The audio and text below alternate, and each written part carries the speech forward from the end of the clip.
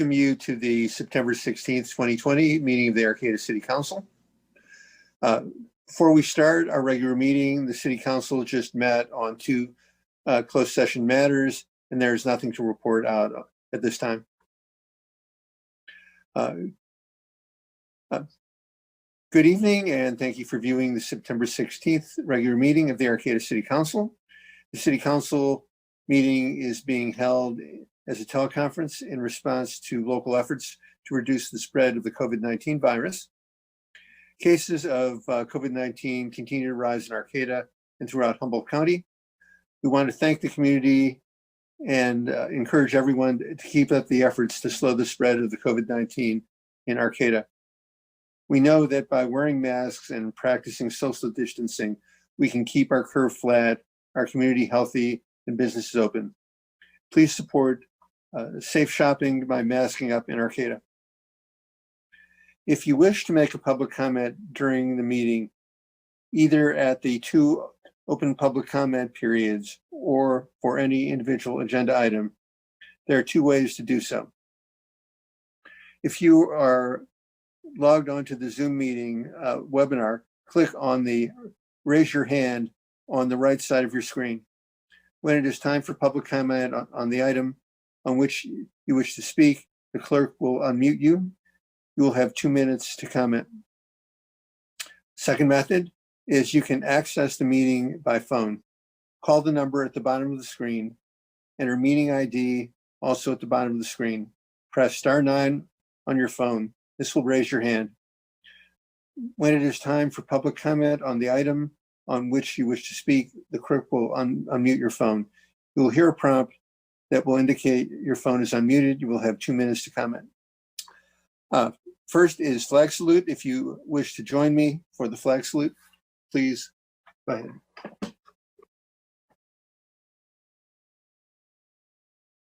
I pledge allegiance to the flag of the United States of America and to the republic for which it stands, one nation, under God, indivisible, with liberty and justice for all.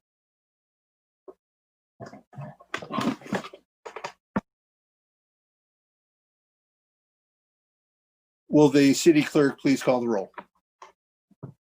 Mayor Winkler? Here. Vice Mayor Patino? Here. Councilmember Pereira? Here. Councilmember Watson? Here. All present. Right, first is proclamation recognizing September 21st, 2020 as the International Day of Peace, which I will read.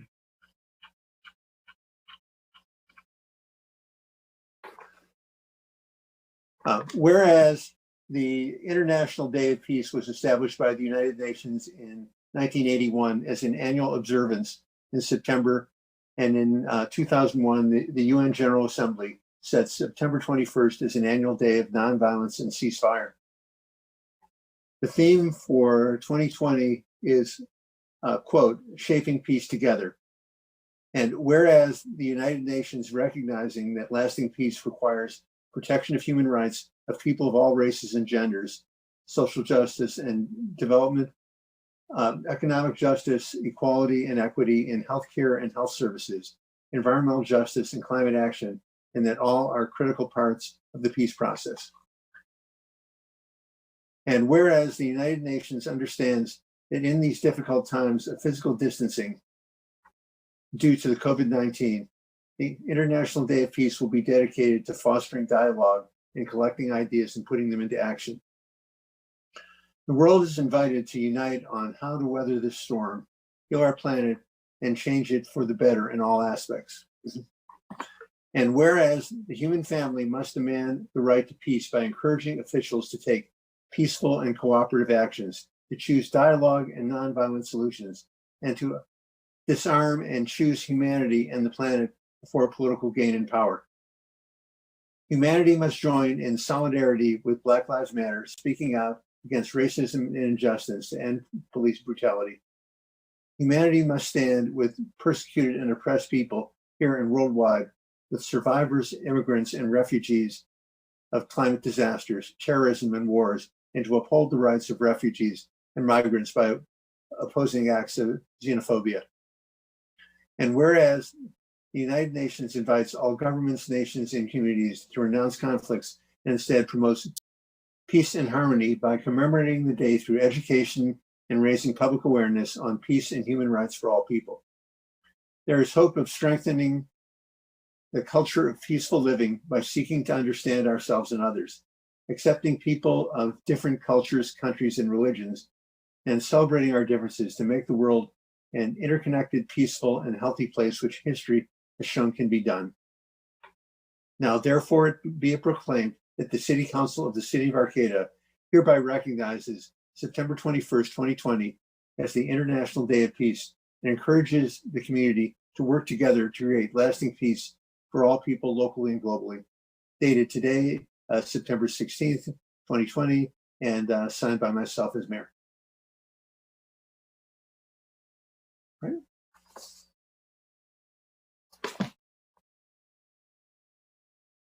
Next is early oral communications. This 15-minute time period is provided for people to address the council on matters not on the agenda. At the conclusion of all oral communications, the council may respond to statements.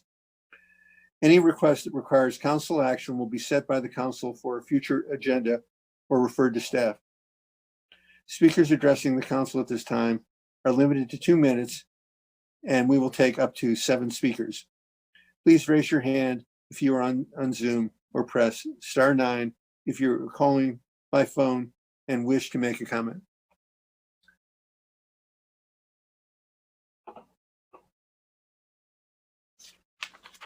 Our first speaker is RD. Please go ahead. Yes, thank you very much.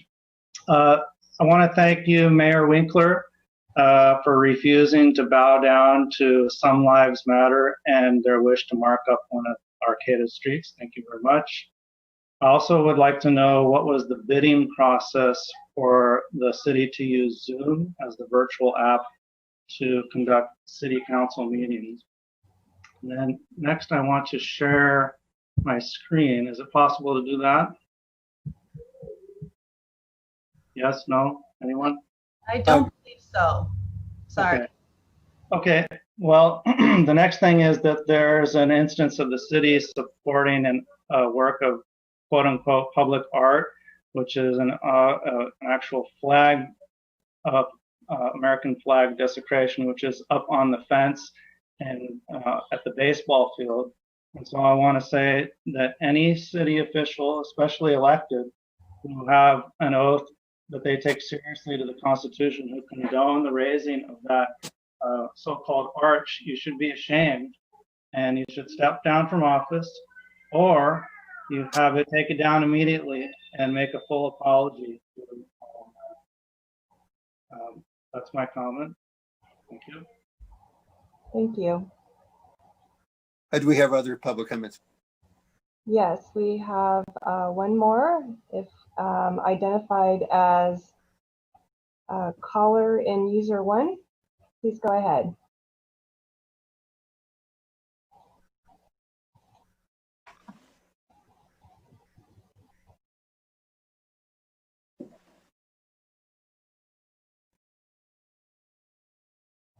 Okay, sorry, the unmute is not working. Let me try.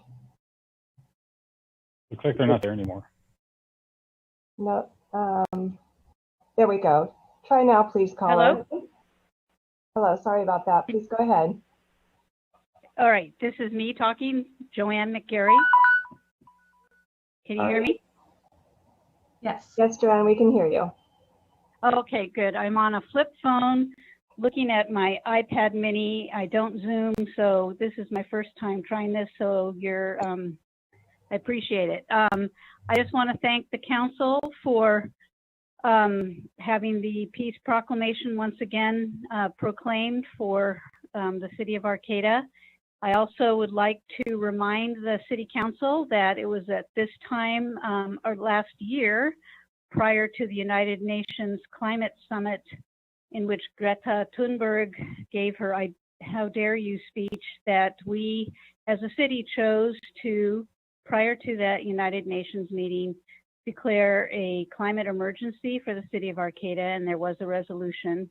I actually tried to find it and couldn't on the city's page, website page, but it would be appreciated if that could be put up. But I just also want to say a year later that the urgency is increased, as we know, with the fires and all the climate activities. So I would like to, as a combination of peace and climate emergency, have the city declare a climate emergency again and act with an umbrella of urgency in all the departments and in all manner in terms of what we need to do as community to deal with this urgent life-altering events that are happening. And so I'd also really like the city to consider declaring as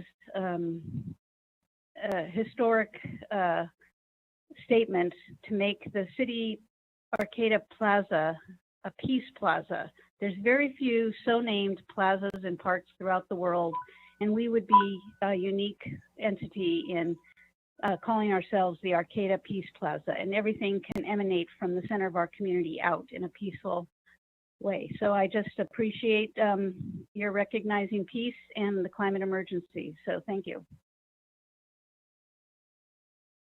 Okay, I do not see any other hands, but just before we do close that, just a reminder, this is early oral communications, an opportunity to speak on anything that's not on tonight's agenda. If you are logged on to Zoom and want to raise your hand, please do so on the right-hand side of your screen. And if you've called in via the number and meeting ID on the screen, press *9 and we will get to you. Okay, there does not appear to be any more public comment on this item.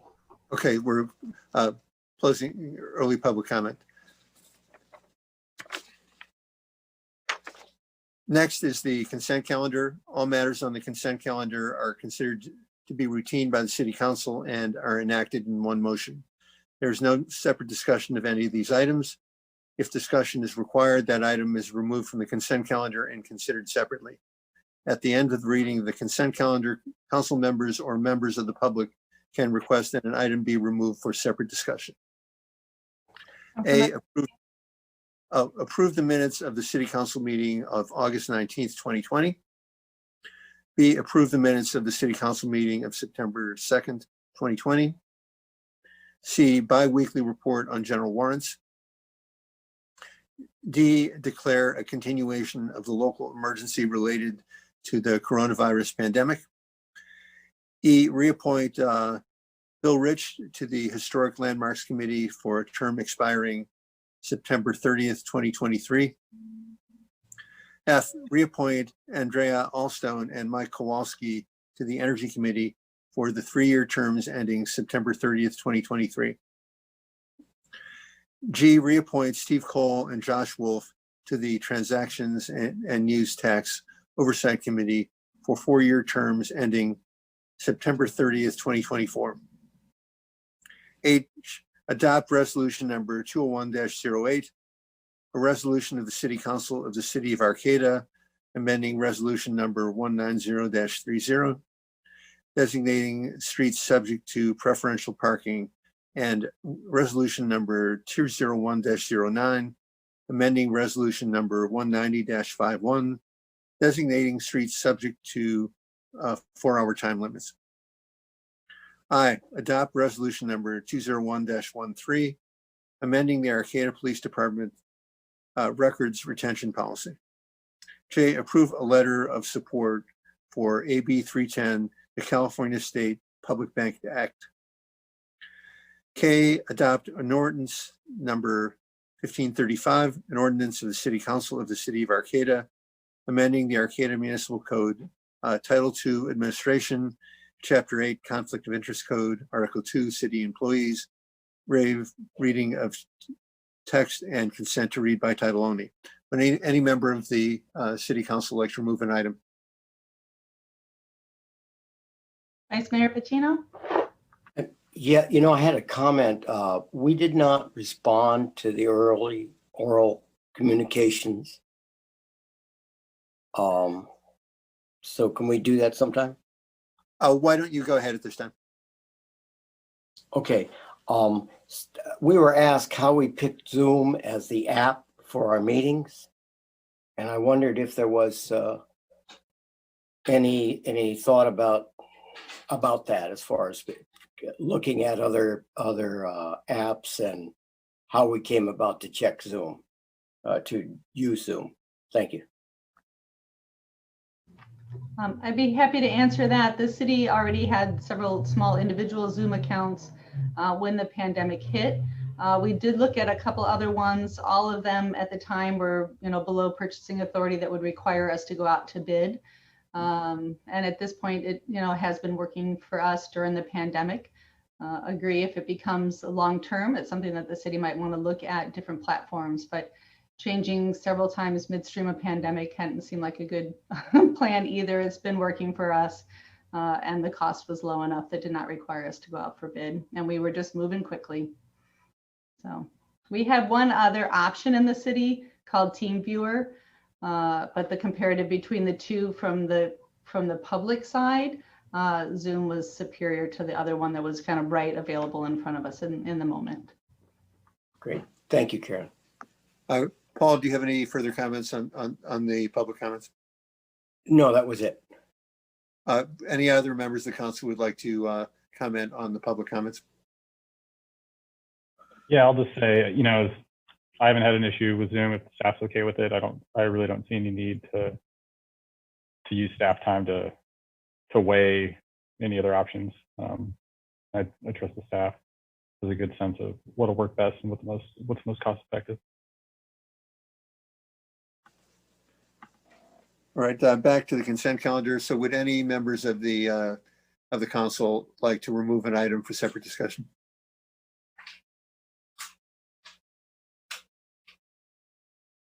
That's a no for me, Michael. Right, seeing none, would any members of staff like to remove an item? No items tonight, Mayor. Thank you. Do we have any members of the public who would like to remove an item?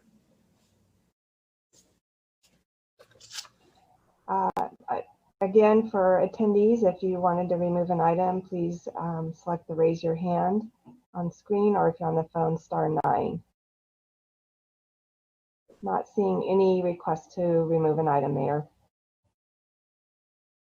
All right, I would entertain a motion on the consent calendar. I'll make a motion to approve the consent calendar. I'll second. We have a motion and a second. Councilmember Watson, Aye. Councilmember Pereira, Aye. Vice Mayor Patino, Aye. and I vote aye. Next is old business. Provide direction to staff pertaining to potential changes/enhancements in solid waste and recycling programs for fiscal year 2020 to 2021. May I have a staff report, please, from Director Andre of Environmental Services? Yes. Good evening, Mayor and council members.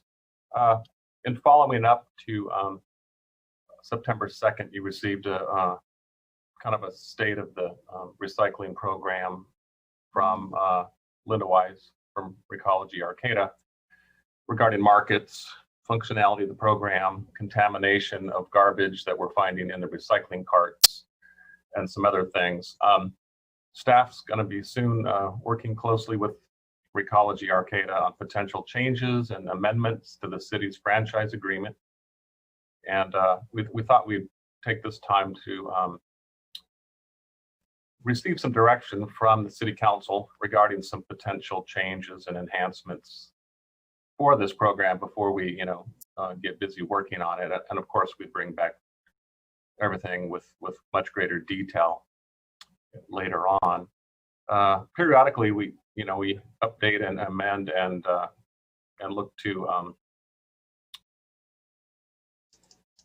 improve the agreement for curbside bundled service to accommodate program rate changes and potentially state and federal laws that affect our diversion, as well as our own goals for zero waste, striving for zero waste. I listed a few potential, if you think we should pursue them, we will do that. High level program issues to discuss. And I'll just go over them. It's not a long list.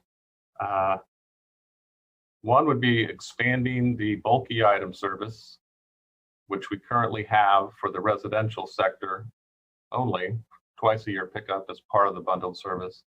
Trying to negotiate expanding that to the multifamily residential sector. We think that could have some appeal. We think a lot of the roadside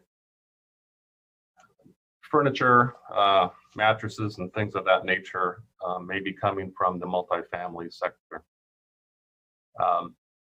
So right now, there's no extra charge. It's part of the residential service, and if it got expanded to the multifamily, there would have to, be some cost calculations there for changing those rates to accommodate that, to enhance the service and decrease the illegal dumping of bulky items on the city streets. We still estimate it's about equivalent to a quarter time of a city staff person picking up those materials, not just bulky items, but garbage and bulky items and clothing and things of that nature on the city road right-of-ways. Another thing for consideration, because I've heard this before, I just wanted to see if it's something we should pursue, is modifying. Currently, we have a curbside bundled service. It's mandatory, but there's an opt-out provision. And I listed in the staff report some of the findings we have to make, or if somebody attests and signs that they meet some of these criteria, then we can opt them out of garbage service. It's not the easiest part of the curbside program to administer. Currently, there's 300 plus who've asked to opt out. Of course, the more customers you have in the system, you can spread the costs out amongst the entire customer base, and it's one way to have cost control. But there are truly some legitimate, in staff's opinions, reasons to opt out. I'll go over them, what you approved several years ago. One, that they're not the owner or occupants of the property mentioned in the letter. Yes, that's easy. The property is not in the city limits. The property is unimproved or uninhabitable. That the residential unit or structure on the property is vacant or temporarily unoccupied for a period in excess of 2 months.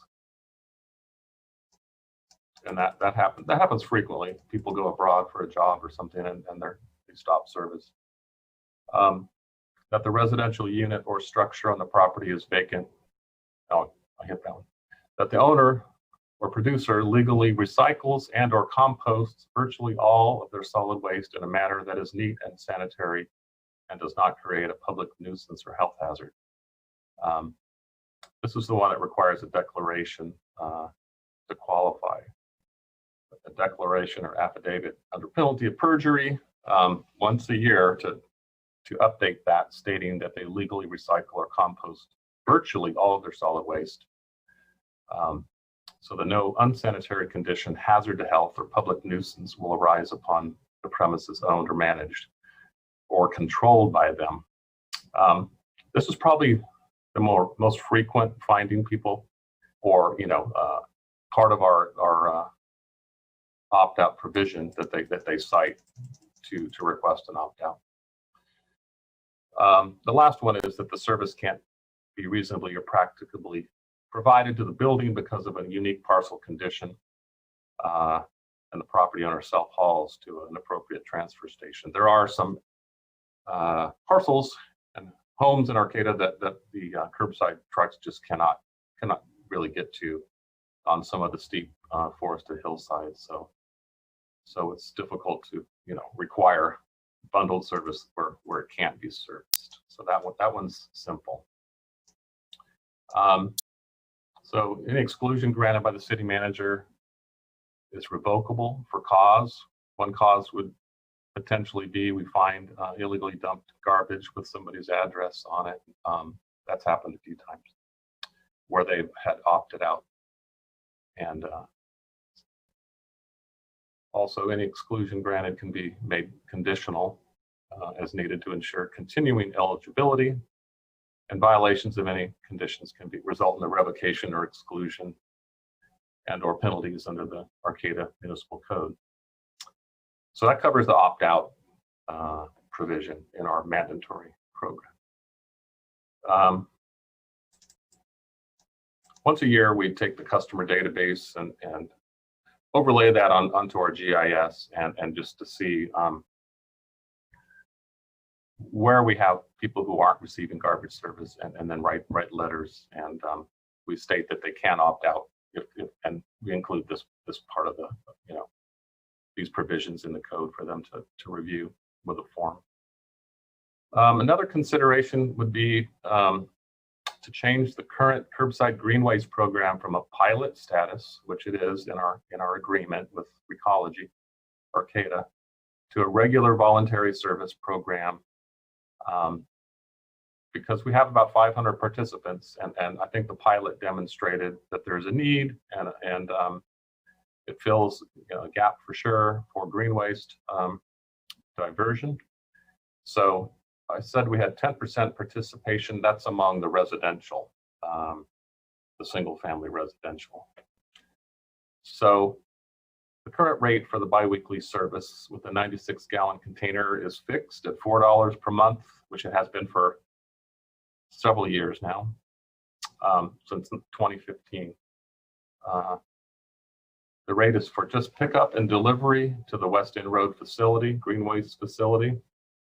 Only the city pays for the green waste tipping fees as part of the residential program service. That's embedded in the curbside program for all customers, and many are self-haul their green waste. So anyway, Recology would like to switch that to a permanent status. It's likely the rate might have to go up, at least by CPI. For those several years it's been flat, and there may be some other analysis they've done on the costs of that program.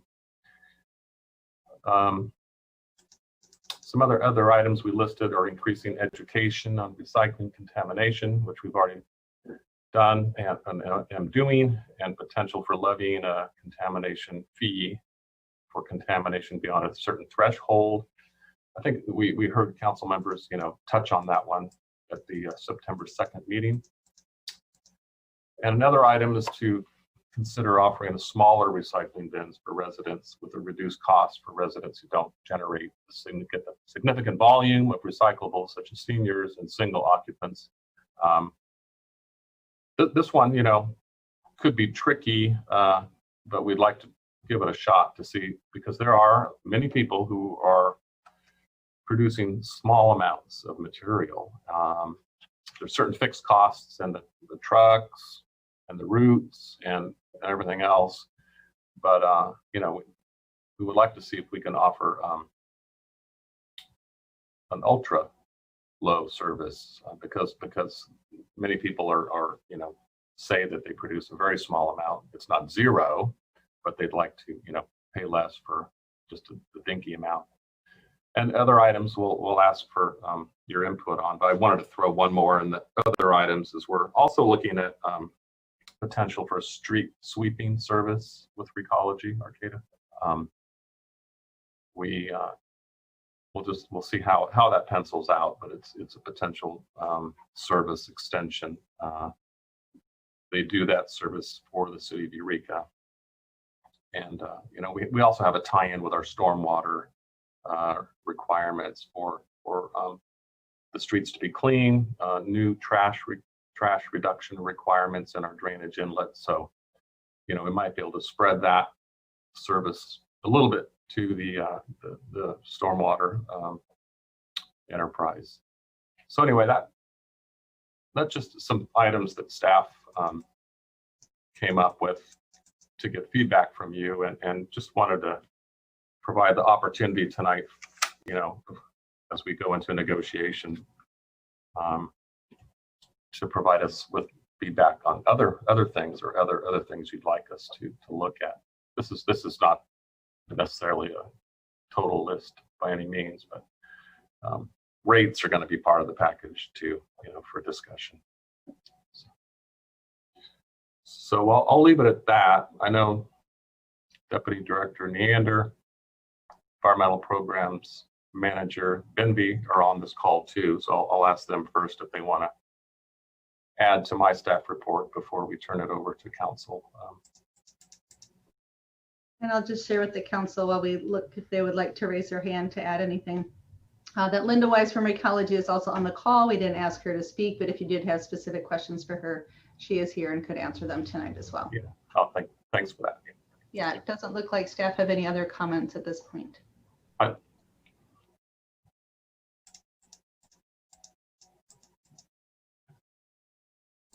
So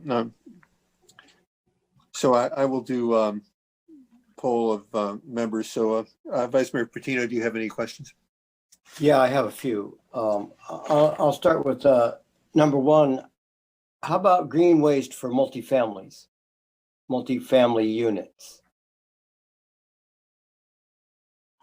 Do you want to respond, or do you want me to give you all of them? Maybe we'll make a list and then respond. Although, okay.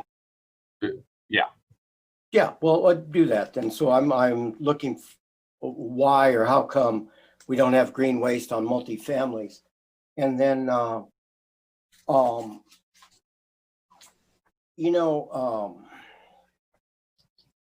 we have an issue in many locations in town where people just leave their trash cans, recycling cans, on the sidewalk or in the street all the time, 24/7.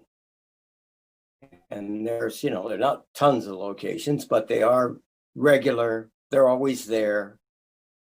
They don't seem to be modifying their behavior. It's not an accident once in a while. They're just always left in that location for who knows what reason.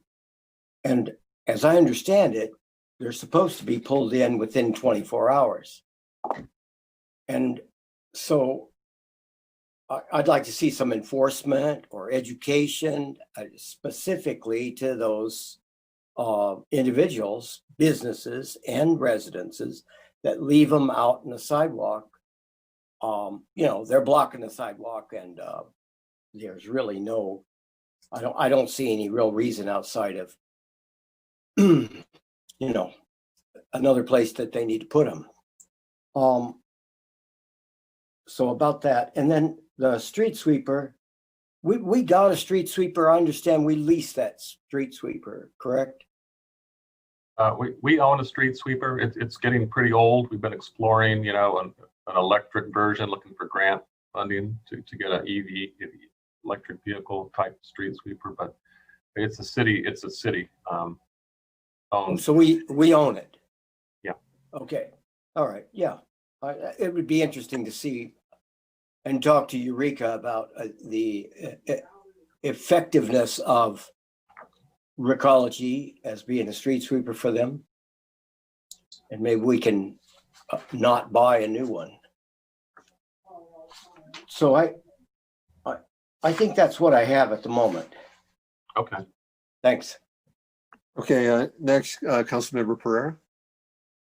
Thank you to staff for this report.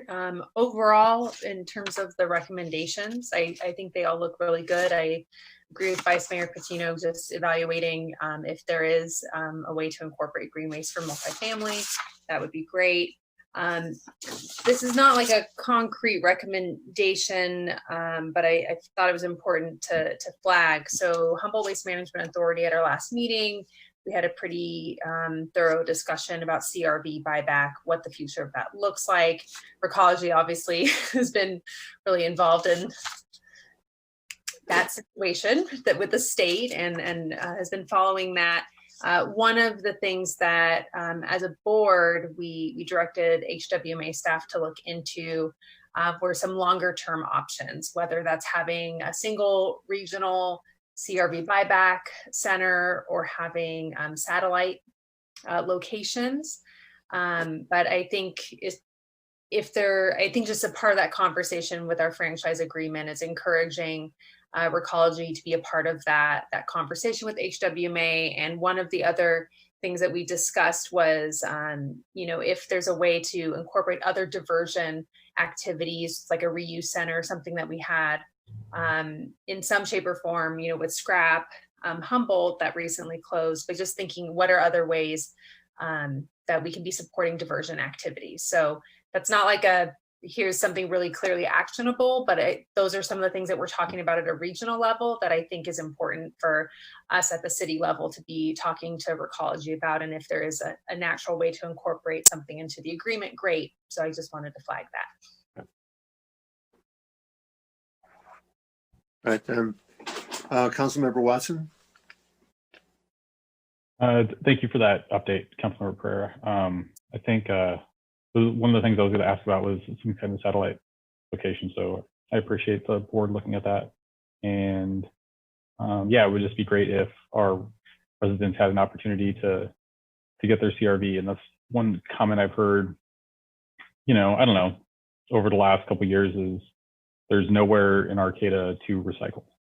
And so, if there was some way to make it a little bit easier for our residents to access, I think that'd be outstanding. I don't have any questions. Thank you. One question that I have is what has changed that would motivate us to change the opt-out policy that was adopted by the council a few years back?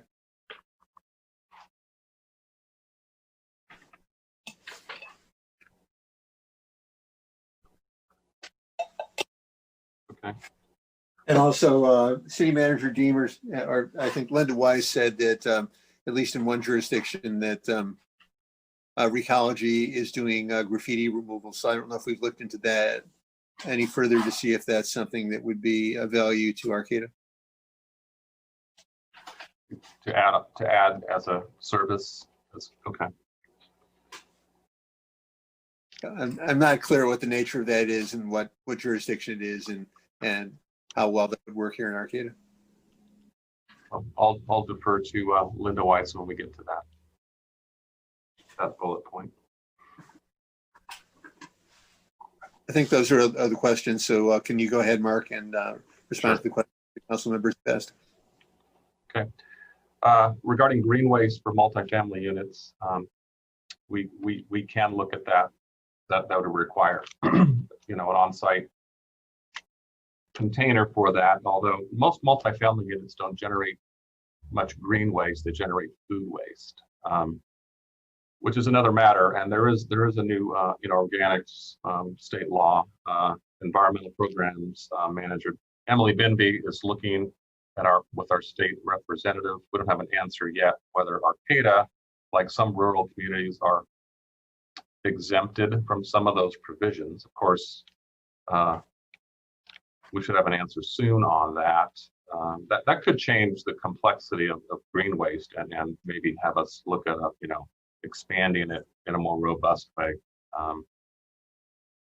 as part of the bundled service for all sectors. But typically, multifamily, the yard work is done by the owner or by a landscape service, and that material gets diverted. But we'll explore that. We made note of it to see, and if there's an opportunity there for that service. The 96-gallon containers are kind of large too, so it gets tricky, I think, sometimes whether each unit would get their own or whether there'd be an on-site larger bin, but we'll explore that. regarding the cans in the streets and alleys that are left, beyond a certain amount of time, our municipal code, already has provisions for that to be enforced. We do write letters about that and try to, change that behavior. There's one particular problem place within a quarter mile of City Hall that, I've met with the property owner. And we're gonna remedy that situation because it is a hazard for cyclists, for traffic, people on pedestrians to have those bins beyond a certain amount of time. But we have a provision now. I think we just need to provide stepped up enforcement of that.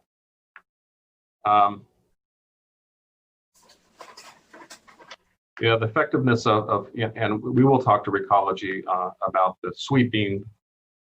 It is more effective to have a street sweeper that's shared amongst jurisdictions. So if there are other jurisdictions that are pursuing this too, that could reduce the costs. We need to keep a street sweeper available for accidents, for smaller jobs, but to contract out the main, routes is something we'll look at and just compare it to what it costs us currently.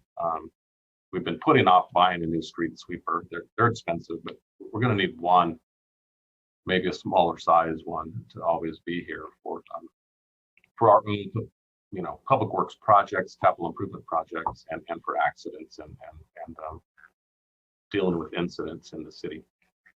So yeah, sharing one, and Linda may mention this because I've already heard it from her. If they can get more cities to look at this, then we can maybe have another way to spread the costs. Yeah, the CRV buyback, we'll explore that. We've heard the same thing. When people say there's no place to recycle in Arcata, well, we've heard that, but the curbside is supposed to be that place, and it's a mandatory system here. So there is that avenue.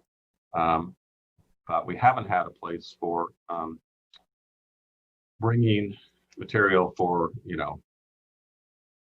recovery of cost or to receive revenue for it, CRV value.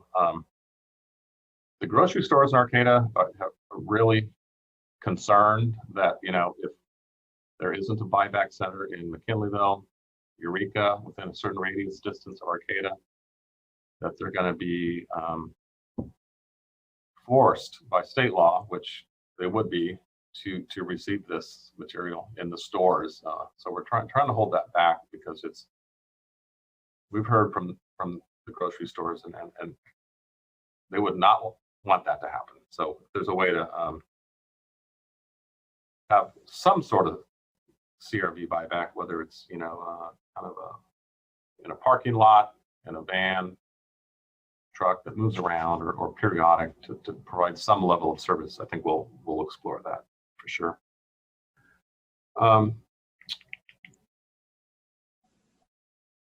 Yeah, that came up a couple times, and in terms of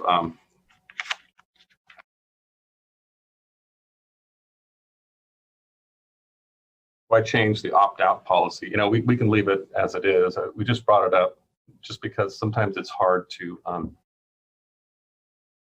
make a real good finding that they're not diverting any waste, just because they say, I take it to HWMA, my garbage. I take my recyclables to Hum Sand. I compost. That's that. I mean, I guess some people show more evidence than others. So it's hard sometimes as staff to, and we haven't been giving them out that easily. I have a stack about half-inch thick right now of new applications, or they're not that new. They're like a couple months old. So whether it'd be cleaner just to pull out that item 2.5 or not, I mean, I think we might recommend it and leave all the other findings in there. That makes sense. But if somebody is already recycling or composting all their solid waste and produces none whatsoever, therefore they shouldn't receive garbage and recycling service. We can just leave it that way, but we have concerns on some follow-ups to some of these places that it's not 100% true, and how much do we monitor that over time, I guess is the question. So that's the reason we bring it up, just because it's fuzzy. That item 2.5 that simply is not a very clean determination for us. Mark? Yeah. I think Vice Mayor Patino has a question before you keep going. Oh, sorry. Okay. Mark, could it be that we could remove the declaration required, but instead of just a declaration, their receipt from when they go to Humboldt Sanitation or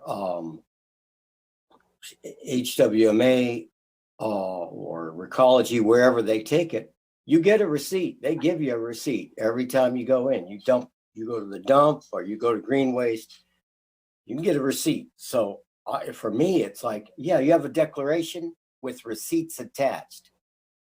And to me, I think that kind of pushes it out to, yeah, you're really doing it or you're not. So if we don't ask for any proof, they say, yeah, I'm doing it. Yeah, it's like my stated income, 10 million a year, So. Yeah, I think we've just balanced the cost of trying to run down people's compliance, with the revenue loss from the opt-out. And we haven't wanted to send the message. The idea of a mandatory system is not that you get to bring your resulting garbage to the dump site, whether it's Hum Sand or Humboldt Waste Management. It is that you virtually have no solid waste, and it's just the recycling receipts that you would be attaching to show. The Sure. question is there residual garbage that you've just decided is cheaper to self-haul and therefore pulling out of the mandatory system?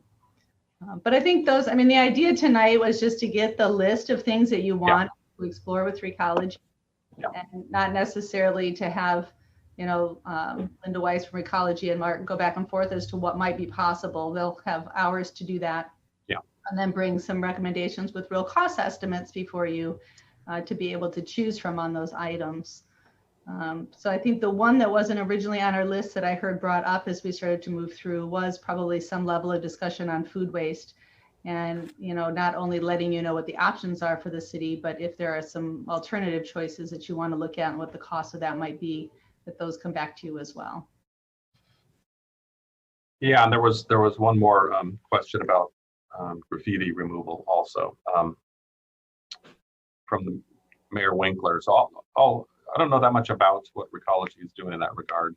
So maybe Linda, do you have anything to add to that one that would provide some insight? That there was a company, Cleanscapes in Seattle, that got its start from graffiti and removal in Seattle. It wasn't done all throughout town, but it was done in some of the prime areas. So you may want to look that up, Cleanscape in Seattle. Okay. Well, we'll pursue all these.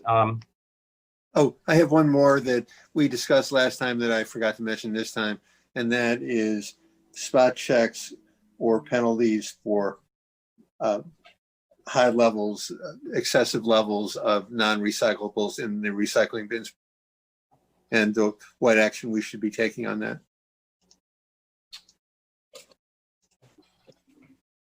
That's right. That wasn't on my list.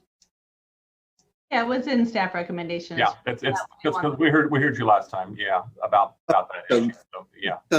So nothing further needs to be discussed on that. Then it sounds like. So that just before we leave that one, I guess we'll see what other cities do with that, just to get some examples. But I think it's probably based on a threshold of some sort of threshold that would kick you into a higher penalty rate or something. Okay, thanks for highlighting that one. Vice Mayor Patino? Yeah, what's the method for, let's say, reporting or identifying locations that the cans are always out there? Okay, I mean, do we write down the address and give it to environmental services? Or does somebody notice? I mean, Linda usually says, oh, our drivers will notice, but that really hasn't happened in my mind. So, especially a lot of times they're in the dark. And they may not go the next day to that same spot to see that they're there. So, I think there needs to be a method, a spot where, you know, like we've got a graffiti hotline. Maybe we need a spot that says, hey, trash cans sitting out every week, 455 XYZ Street. And then there would be some way of tracking. Did you send a letter? What's going on with it? Or does it become that nuisance property that really doesn't care and it's just going to leave them out in the street till they're crushed? So I guess I'm looking for, what do I do? Where do I go?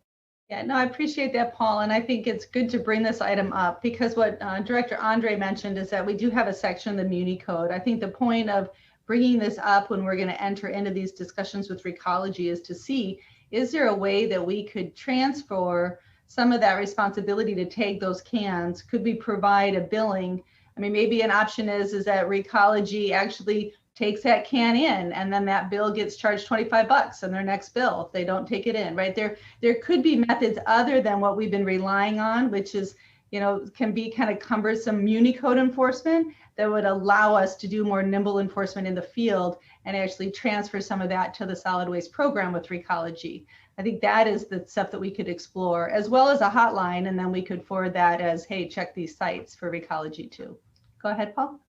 Yeah, well, you know, as I watch the trash trucks run around, Tuesday this street, Wednesday next street, well, they don't come back the next day to that street to check it out. So I don't understand the method of how Recology, without sending a vehicle around every street after every pickup, I don't see how that could work. Linda?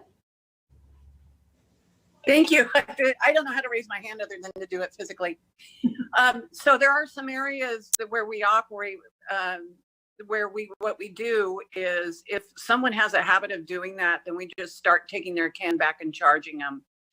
And so they'll just get automatically enrolled in, we're going to take your can back that after we service it fee. And if they want to get out of that situation, then they're going to have to prove that they're going to be on good behavior. And if they go back, then we start doing it again. So it's going to take a lot of reporting on the driver's part. Once he knows that they know that they need to take it back beyond a fence or something, then they'll do that every day and they'll get charged for it. But it's going to be people that have the habit of doing that over a certain amount of time. It will be prescribed by ordinance probably, or by the agreement that will start doing it. But Linda, I guess what I'm missing is the garbage truck comes down my street, picks up all the cans, and he doesn't come back till the next week and picks up the can again. So in the following 6 days, are you telling me that driver's going to drive that garbage truck down the street and look for cans? No. What I'm saying is it would be through a report system that we know where the streets are having the problems, and we'll start doing that. Right. So you need citizen reporting on it. You can't depend on the driver because the driver only there once a week. But and we'll start getting told that we're charging for stuff that we shouldn't be charged for, unless there's a formal reporting process. Oh, good. Well, I look forward to seeing that process. Currently, it's complaint driven or staff observation mostly. Okay, and that will go to you, right, Mark? The report? Some notes, address, whatever. Okay, thank you. Yes. Right. Do we have any members of the public who would like to speak on this item? A reminder to attendees, if you are logged in on Zoom and you wish to provide public comment on the agenda item pertaining to potential changes, enhancements to solid waste and recycling programs for fiscal year 2020 and 2021, please raise your hand by either clicking raise your hand on the right-hand side of your screen, or if you've called in via phone, press *9 on your phone to raise your hand, please. I'm seeing no public comment on this item. Right. So any final comments from council or any motion that a member of the council would like to make on this item?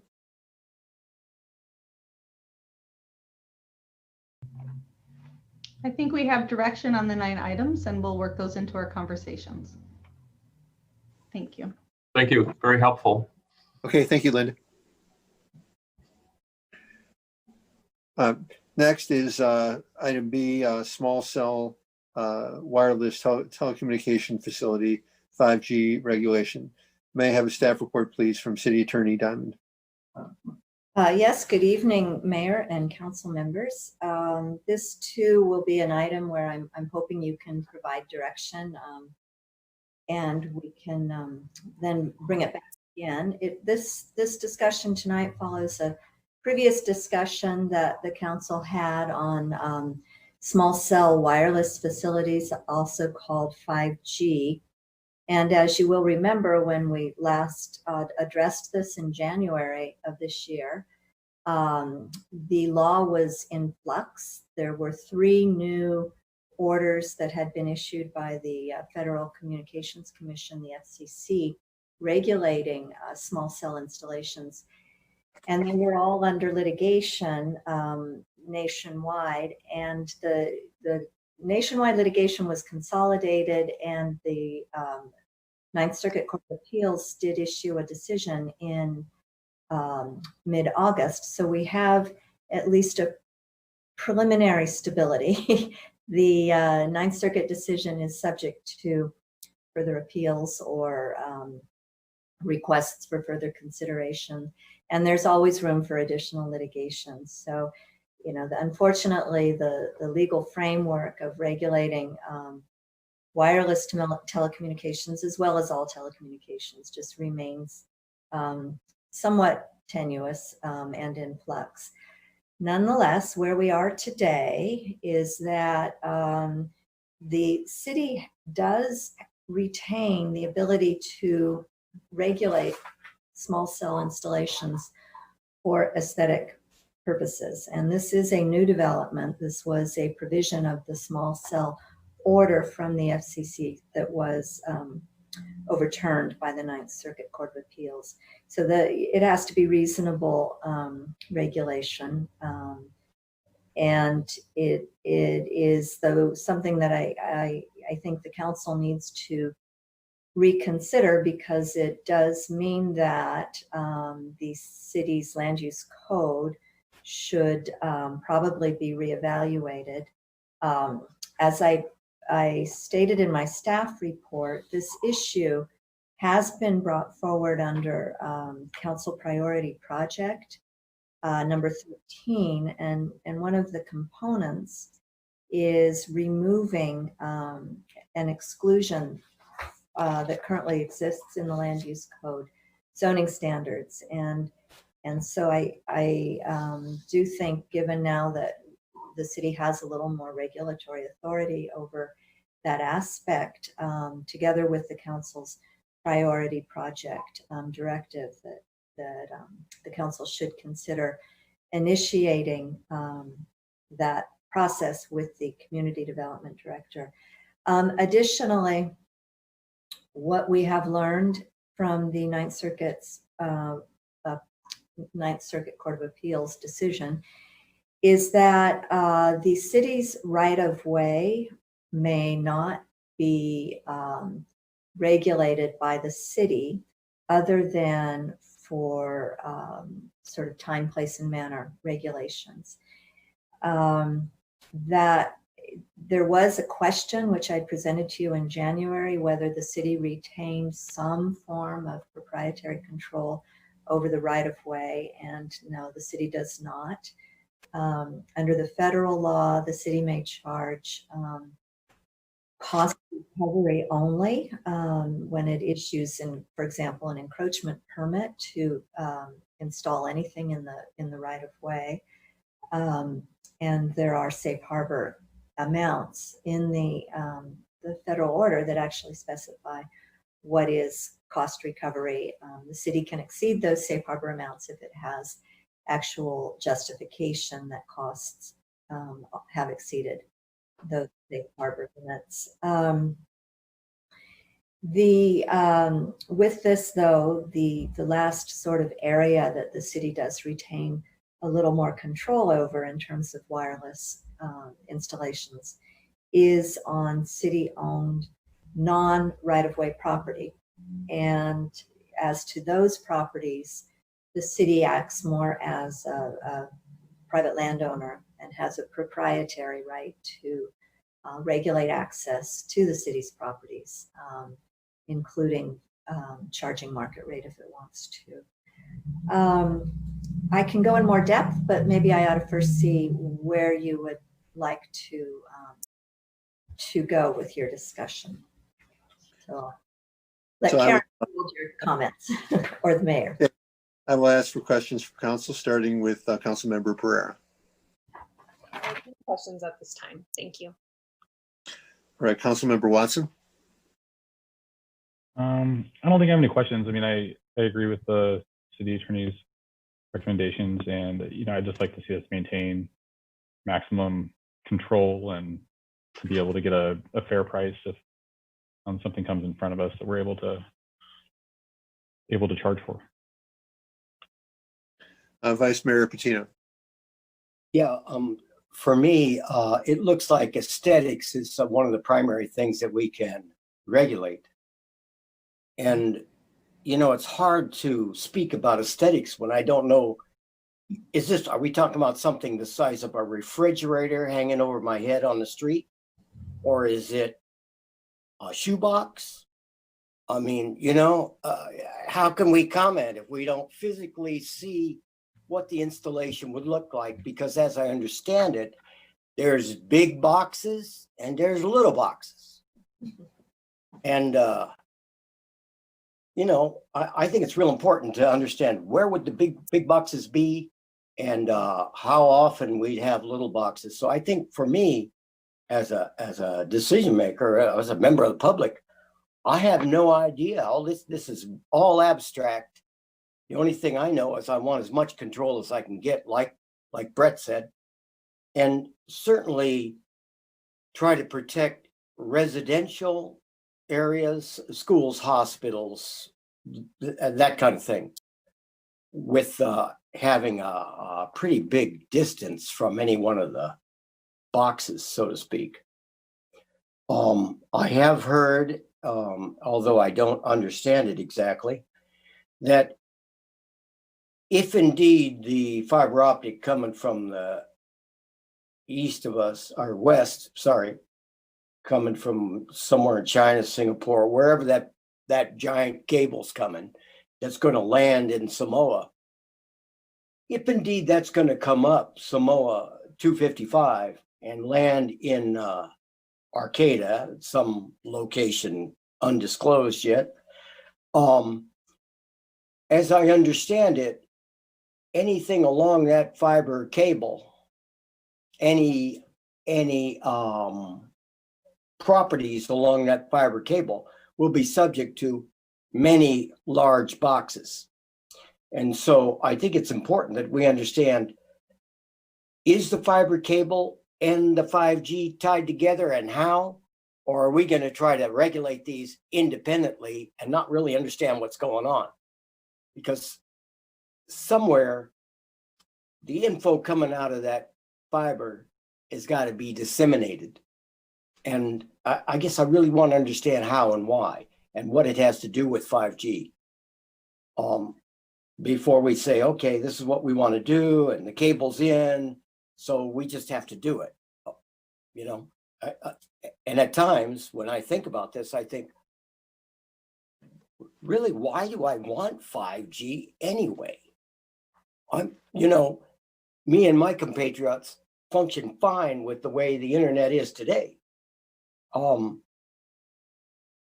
don't know if we're trying to put in a system to attract something or to resolve a problem that doesn't exist. So, that's philosophical. I mean, truthfully, I just want to regulate it as much as possible because I think we can always loosen up the regulations in the future if indeed we see we need to do that. But if we don't have it pretty tight in the beginning, going back is not really an option. So thank you. In terms of the aesthetics, maybe we could put in the code that each one has a mural painted on it. That might help out.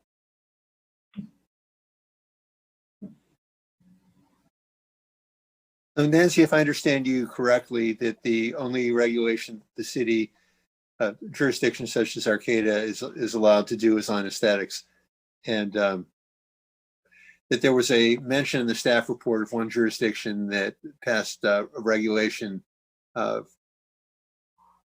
banning these within a certain distance of residences, but it was not clear if there had been a court ruling on that. But as far as any further restrictions on these, it sounded like you were saying that aesthetics was the only basis for restricting these. Could you comment on that, please? Sure. The city's limited regulation is specifically in regard to use of the right-of-way.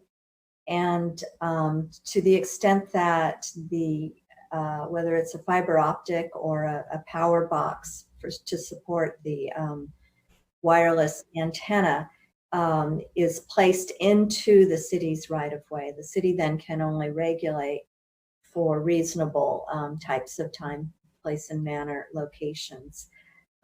When it gets outside the right-of-way, then the city has the ability to regulate wireless installations differently, apply different aesthetic standards than it would to towers. For example, it could say it could ban the use of historic buildings.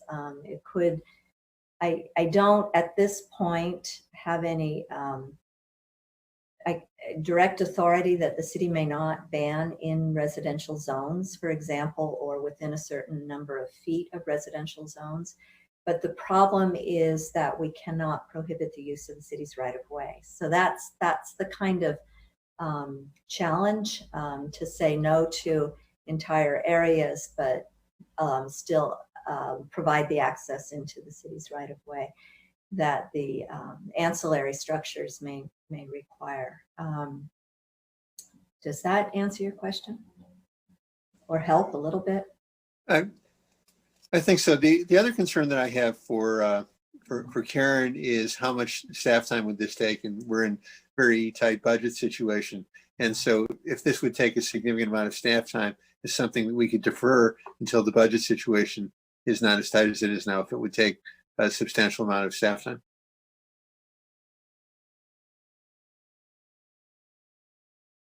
Thank you, Mayor. In terms of, at this point, working through the land use code issues is going to fall in community development. It is a council goal to consider land use amendments associated with 5G, as well as looking at the dig once policy that the city doesn't have. In fact, we don't think there's any yet in the county.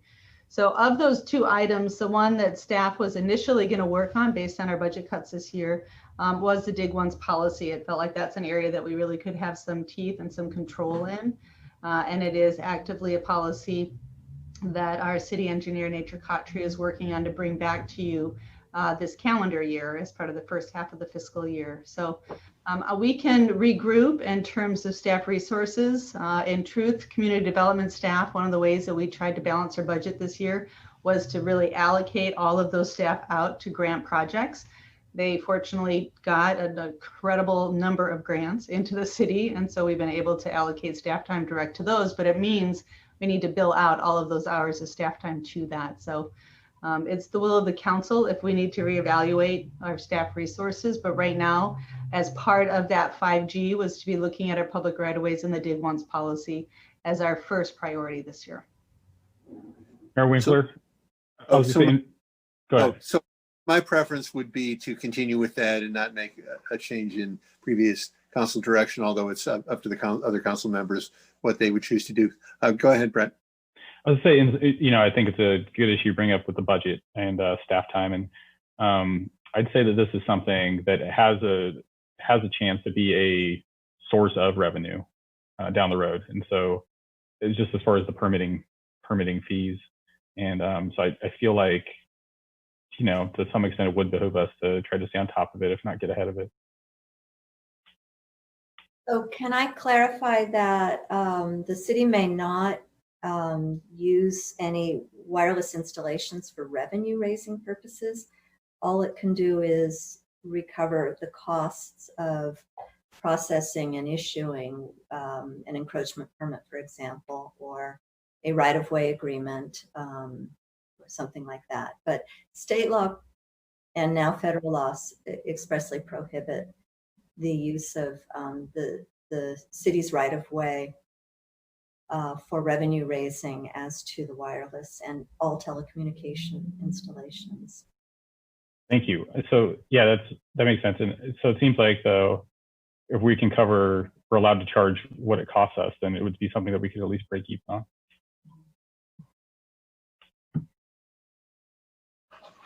So so next is from other council members, I think specifically from Vice Mayor Patino. Are you proposing any changes in previous directions given by the council on 5G? Oh, you're muted right now.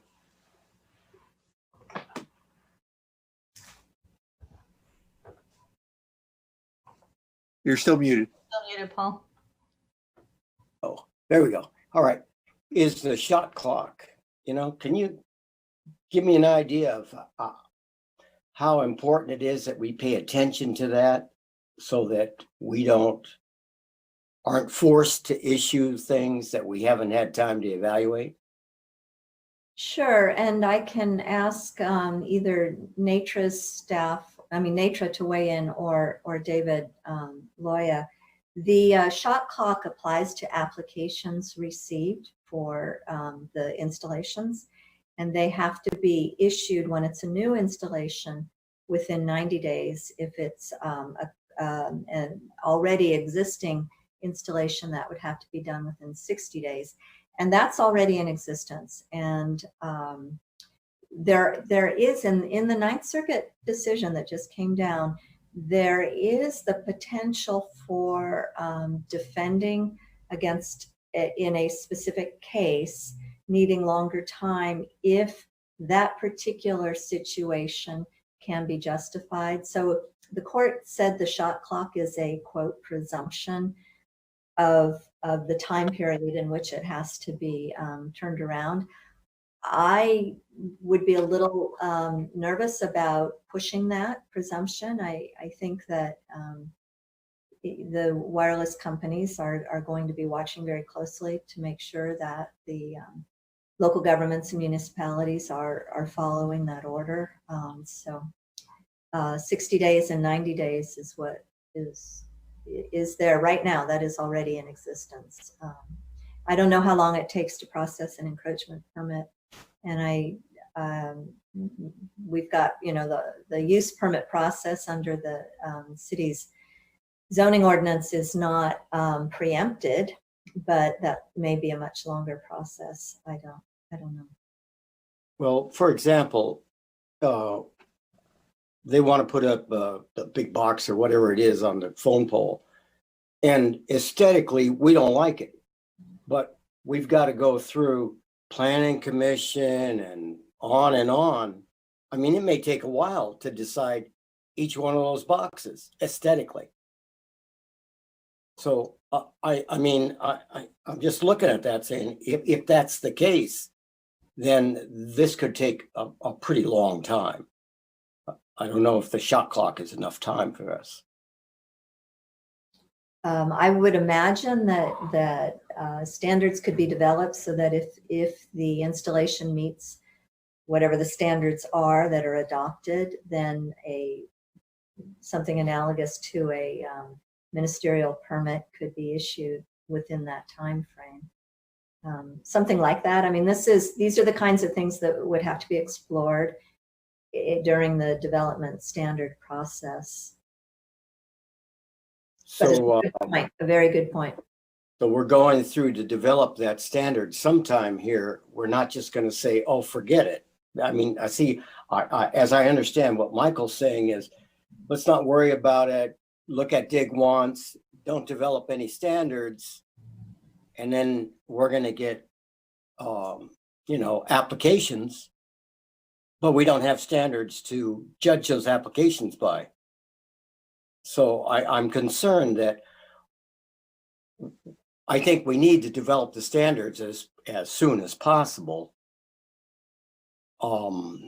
Just because if we don't have standards, how are you going to reject applications? I mean, how are you going to judge an application? So, I'm concerned about that, actually. And then the other question I had was, city-owned, non-right-of-way property, we can make money on that installation. In theory, yes, under the law today. Well, that's what you said, yeah. I know. Just saying it's subject to change. Yeah, okay. So don't assume that we're going to make money. We might get one check and then that's the end of it. Okay. Well, thank you.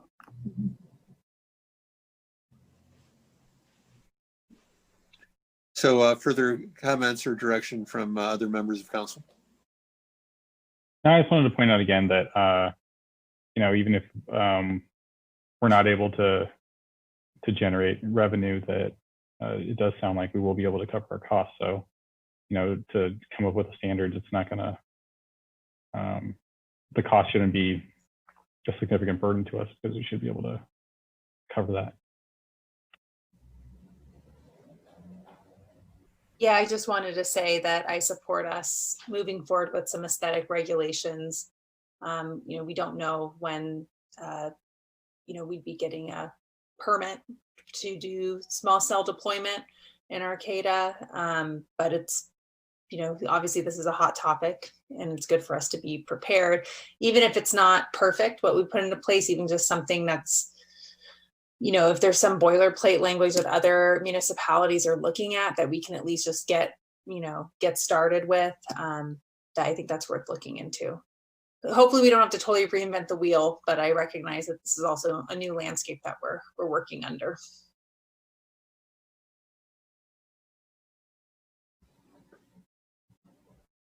So we have two council members who would like to do aesthetic standards now, and Brett, where do you stand on this? Yeah, no, I do agree. We should do aesthetic standards now. I feel like we should, yeah. So the direction of council, it sounds like, is to have develop aesthetic standards at this time.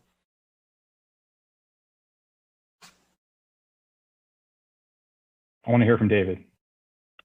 So I just wanted to be clear too that we need to reevaluate the land use code to ensure that there's nothing in there that is in conflict with the current rulings. And so maybe more than just developing new standards, it may be modifying the land use code entirely. Currently, the prohibition on placing cell towers within or cellular equipment within 1,000 feet of a residence and 1,500 feet of the historic district, school, or hospital, those pretty much preclude almost the entire city from locating a cellular tower. So we need to take a look at that as well. But luckily, the standards right now do call for undergrounding of the infrastructure associated with it in the the rest of the city, and so that may be something we wish to retain if that doesn't preclude installation of these things. Right. So do we have any public comments on this item then? Yes, a reminder to attendees that are logged onto Zoom, if you are wanting to provide public comment for this item, small cell wireless telecommunication facility regulation 5G, Please raise your hand on the right hand of your screen, or if you called in via phone, to press *9. And each speaker will have 3 minutes to comment. And we do have some public comment. So we will start with Suzanne. Please go ahead and begin, Suzanne. Hi, can you guys hear me? Yep. Great. Yes. Well, gosh, I've learned a lot here, but I'm going to go ahead and comment as planned. I'm glad you guys are at least talking about controlling the situation. I've mostly heard you guys talk about aesthetics and money so far, but me and many of the people I know are really concerned about health in terms of the installation of 5G in our community. I would urge you guys to do whatever you can to keep this out of our community. I'm a mother, I'm a preschool teacher, I'm a long-term member of this community. My child was born here. My friends are local business owners, teachers, doctors, farmers, families, and caring citizens of this town as well. I care deeply for this place, the people, and the land on which we reside. A full rollout of 5G could pose significant risk to our community. 5G has not been proven to be safe, quite the contrary. In fact, 5G has not even been thoroughly tested. These small towers emit high levels of radiation, exponentially higher than the Wi-Fi or cellular waves that we currently expose ourselves to, which also have a radiation warning if you read the fine print. If fully implemented, we will have these small wave towers installed on most every telephone pole or power line on our schools, surrounding us with this untested and unsafe radiation. I urge you to inform yourselves and us, the community, and to obtain informed consent from the community before allowing this to be fully implemented. 5G shortwave technology is exponentially stronger than what we currently experience in our daily lives for the most part. The short list of potential side effects includes headache, insomnia, anxiety, lowered immune function, infertility, hormonal imbalance. You get the picture. Full 5G rollout will not allow citizens the option to opt out of this dangerous and grand experiment. I do not consent to this. 5G is not being implemented in our world for the good of the people. 5G is being rolled out in the best interest of large corporations. It is a business plan. This is simply a ploy for billionaires to make billionaires or to make billions of dollars, as per usual, at the expense of the people, as far as I can tell. Unless you can enlighten me on how 5G will improve the lives of the people, I have yet to understand how or why. I do not need a faster streaming internet. Not only the people will be harmed, 5G radiation could potentially be detrimental to the health of birds, bees, and other wildlife. If we are a community which cares about the natural world, we would be blocking this new and unsafe technology with all of our might. 5G also uses exponential amounts of electricity. Dozens of municipalities across the United States, even here in California, have ordinances in place to keep this technology out of their midst, including Marin County, Mill Valley, San Anselmo.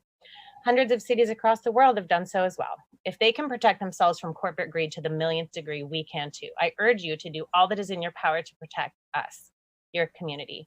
Please, if you have not informed yourself about the health risks involved with exposure to shortwave radiation, I urge you to do so as soon as possible.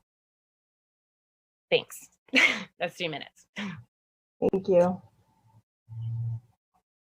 So other comments from the public? Yes, it looks like we have 5 more. Our next speaker is RD. Please go ahead. Yes, thank you. It's Mr. Fierro. I want to thank that last speaker because they pretty much said everything I could possibly say. All I can say basically is 5G is extremely controversial and that it's potentially dangerous to every life form. And I even understand some people say it can be weaponized. So I would say, and I would urge you to, before you even move 1 millimeter towards approving of such a plan, to hold special meetings just on that one topic. Thank you. Thank you.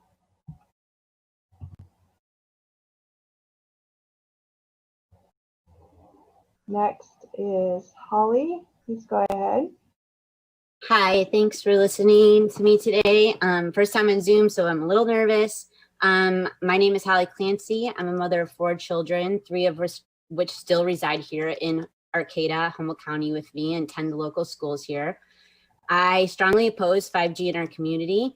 and I'm extremely concerned that small cell towers will be coming to our city, very likely being placed 500 feet. I was listening to the whole agenda, and like Suzanne said, there is only the aesthetics being talked about right now. So 500 feet, those 5G modem mods, please do your research. They actually have 4mm wave modules with an array of 4 antennas. You can look up this information on the internet. They create 16 unique radio frequency beams that will be coming out of these modules, so they could steer to increase exposure. They increase exposure in test cases. So a little information on that. The FCC SAR rating, which is a specific absorption rate on radio frequencies, radiation, their compliance protocol only applies to frequencies up to 6 gigahertz. That's what our cell phones are now. That's anything under 5G. 5G has not been studied extensively at all to do this, and 5G will use 6 gigahertz.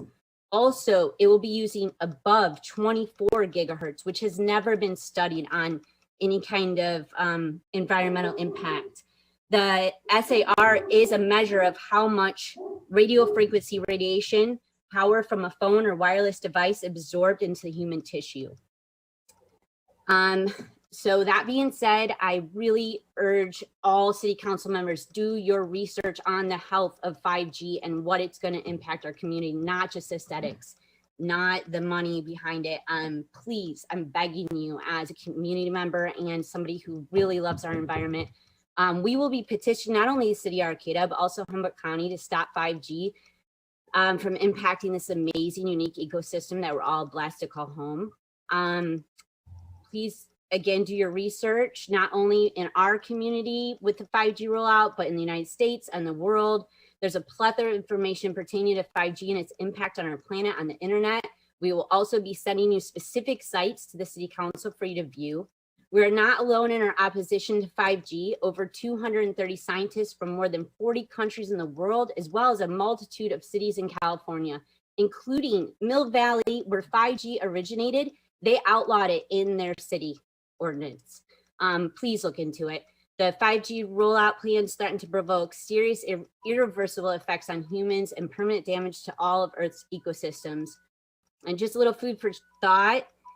If 5G comes to full fruition of rollout, no person, child, animal, bird, insect, or plant on Earth will be able to avoid exposure. It will be 24 hours a day, 365 days a year to radio frequency radiation, 10 times greater than what exists today.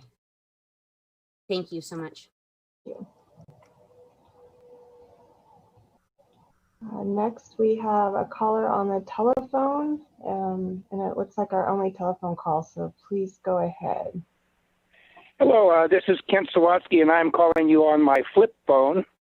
I don't need 5G for a flip phone. I don't know, what am I, 1G or something? Don't have a clue.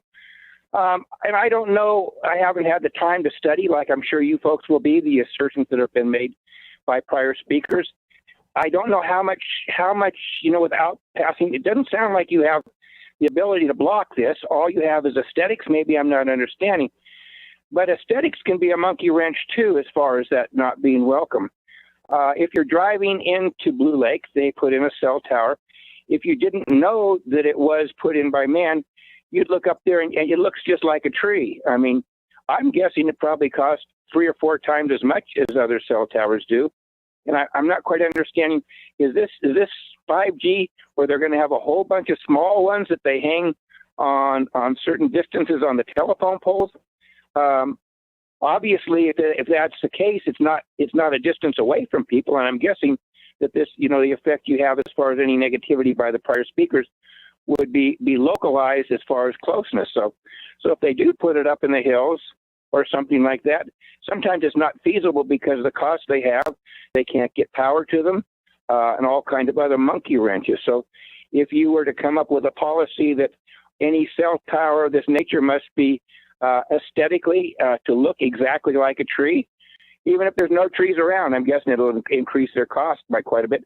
That minimizes the profit margin of the millionaires that these other speakers have been referring to, and we would probably be one of the last communities that they would consider installing this. So I don't know whatever leverage you have, but until we know the science on this, as the prior speakers have said, I think it's something to slow play.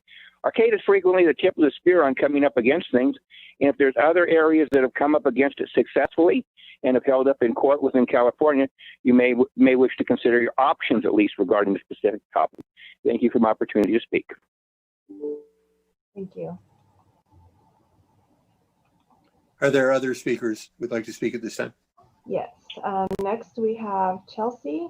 Please go ahead. Hello, can you hear me?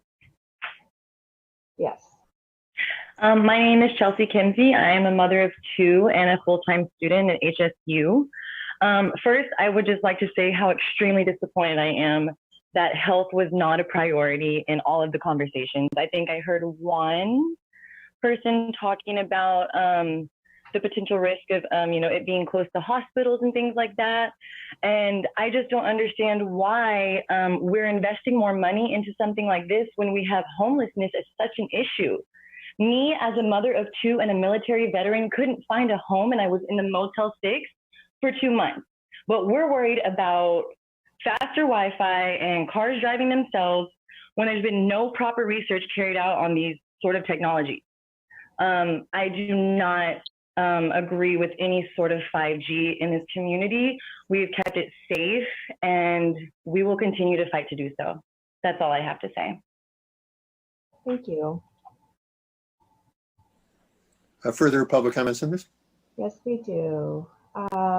Next we have identified as AP. Please go ahead. Hi, thank you, Council. My name is Abigail Porter. Can you all hear me? Seems like it's working well for everyone. Okay. The previous speakers have really nailed every topic that I wanted to address in regards to the rollout of 5G in Arcata and in our county on a whole. I appreciate you guys wanting to maintain some level of control. I'd love to encourage you to do so to every extent possible. If it means being creative, whatever it means, let's make sure that we are fully informed before allowing anything like this to happen in our county. I don't consent to it at all. I'm worried for the harmful effects that it has. And it seems like on a whole, no one is talking about the health effects and the environmental impact of 5G. We've only heard it, like everyone else has previously stated, about the aesthetics and the profit margin for it. And so I just don't think that any profit or breaking even is any win in comparison to the health risk associated with 5G. So I'd like to encourage you guys to really look into it and help present the information and make sure that we as a city stand together in this, because we will continue to fight to avoid having this happen and having it roll out completely. That's all I have to say. Thank you. Thank you. We have two more, Mayor. Go ahead. Anthony, please go ahead. Hello. First of all, I'd like to say thanks to all of you for doing what you do. And then I wanted to say a few different things here. Let's start with, it sounds like this is kind of being forced on us, and that makes me pretty uncomfortable. I heard you guys mention something about the interest of the wireless companies, while I'm hearing the interest of the people. And even like Paul Patino said himself, why do we want 5G? I'm really concerned and interested in knowing more about who owns the fiber cable and operates that, what potential risk there are for surveillance or any kind of monopolistic business practices. And also, I think it's really important that we have a lot more information, even about the health effects. I was doing some research before today about this, and I'm hearing academic presentations where they're saying the health studies on regular cell phone use are disputed, and that the United States actually doesn't have a lot of very good studies about that kind of thing.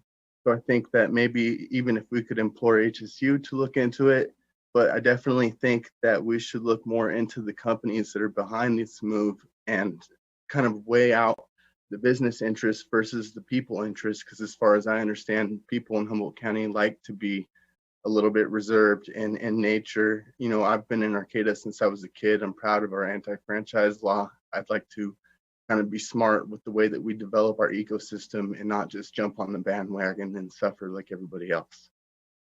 And that's all I have to say. Thank you guys very much. Thank you. And then lastly, we do have another phone in ending in 4957. If you would please go ahead.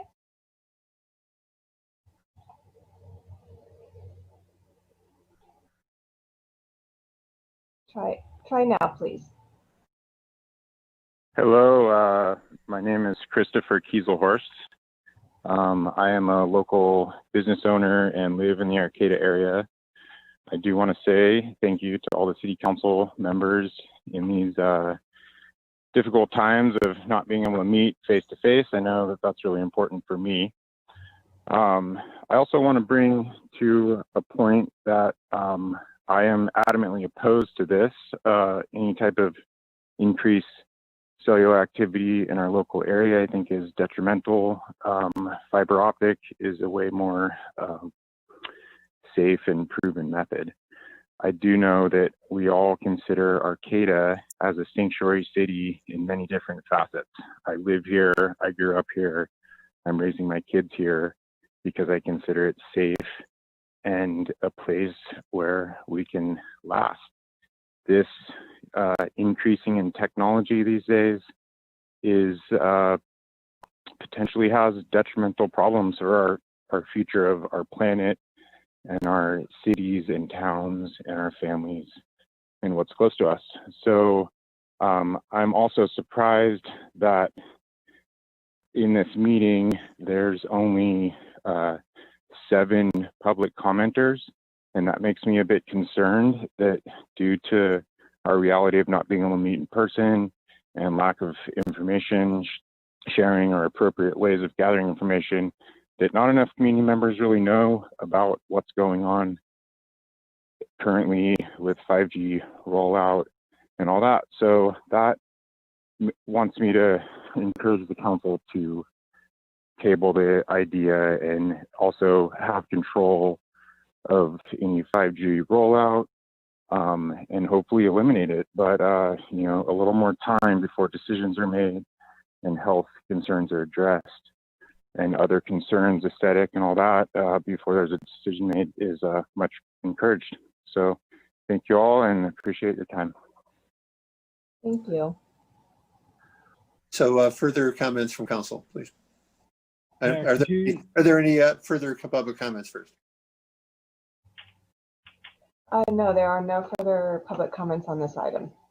Okay, so council members, further comments on this? Yeah, I just want to ask Nancy. So we are not able to ban this in the city, right? I just want to clarify that. That's right. I think that the complete and total ban for that reason alone is not permissible. I think areas can be, you know, for reasoned purposes, areas can be avoided, like residential zones, but it's the right of way that we cannot ban access to.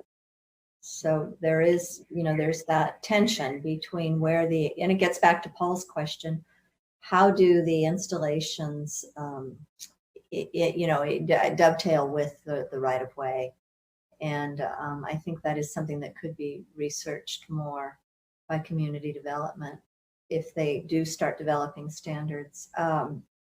The other thing is the health impacts is under the current order is very difficult for us to regulate.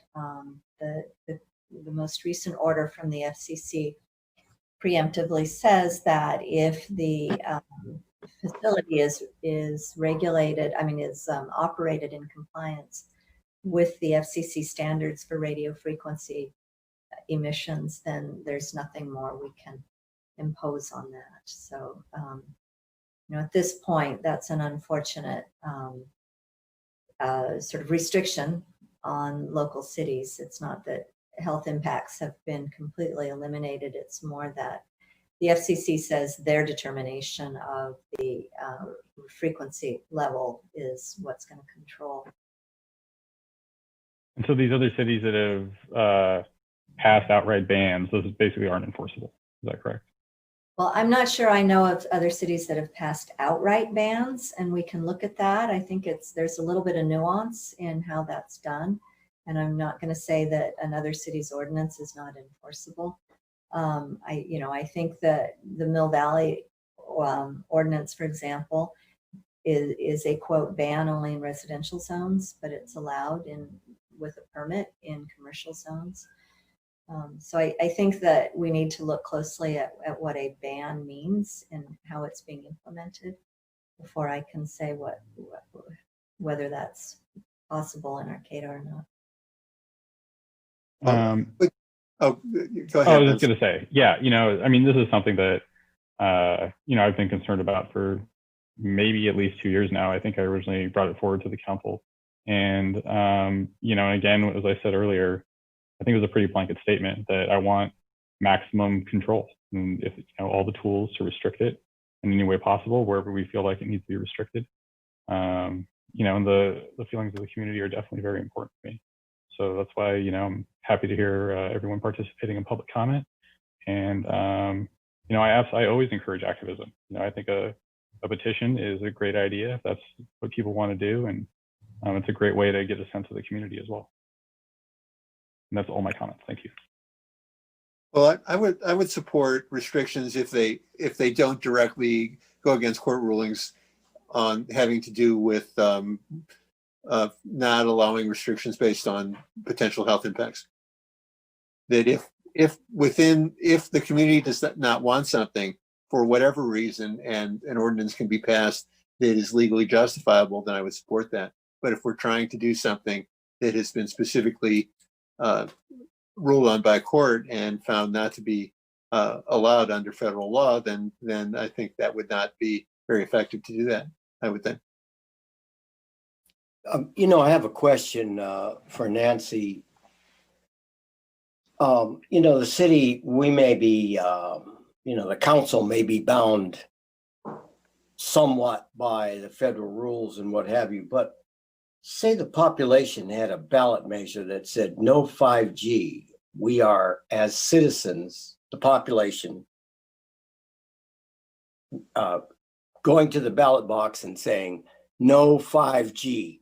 Now, we have to respond to that by not putting in 5G. I mean, that is our responsibility as representatives if we're voted to do that. If it's voted in to do that. So I'm just wondering, is a ballot measure an alternative way of stopping this that could be held up in court? Well, I guess it depends on the ballot measure. Arcata has had to defend other ballot initiatives that were they were adopted by the voters, and we were sued the next day. So that's not the first time Arcata has been in that position. And I honestly don't know. It will all depend on what it looks like and whether the FCC wants to come in and enforce its laws, or the wireless companies for that matter. So I honestly don't know. I'm sorry, I don't know. Okay, thank you. So it appears like, myself for sure, I don't have enough data. I don't know enough. I want to hear more. And so somehow it's some other vehicle other than an agenda item on a council meeting. Maybe somehow we can have a town hall that we can actually focus on one thing, 5G, and include the health and everything else. And as a community, brainstorm on how can we actually control this or stop it. I think that we, as elected representatives, need to look at and say, hey, unless we feel solid about this, we need to get more data. We need to feel comfortable in what we're doing. And if we're not, find some method to find that comfortable place. So I, like Brett says, any way we can control or restrict this, I'm completely for that. Yeah, and I think kind of like you said yourself earlier, Paul, is once we have stricter restrictions, the strictest restrictions possible, then we have those options later to roll those back or to ease them up. But it's much harder, I think, to increase restrictions. Yeah. So, and I think that we're town hall, whether we do a town hall or not, we can still pursue the maximum control that we're able to. Sure. Thank you. I think with the situation as I see it is if we come to the conclusion that the sense of the public is that they don't want that, then we as a council should pass, and we have a opinion from city attorney that that's likely to be overturned. We can let the public know that, and if the public still wants to go ahead and have us pass regulations, then we should, and then what we would do is defend those in court. Same thing with ballot measure, that if a ballot measure banned 5G and I were on the council and that ballot measure had been passed, then I would support the city attorney taking it to court and defending it, because that's what the people of Arcata want.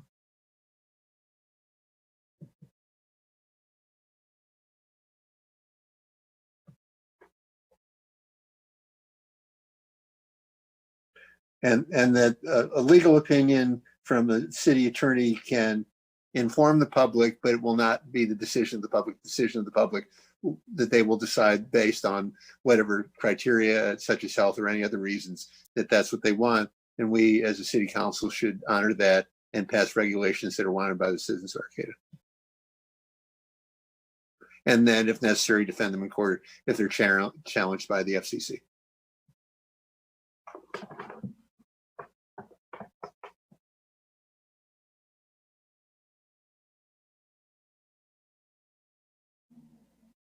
Michael, I had one other question, and I put it out there mixed into a bunch of other stuff. And I just wonder if anybody has a handle on the interconnection between the fiber optic cable coming ashore and the distribution network and the relationship to that cable and 5G.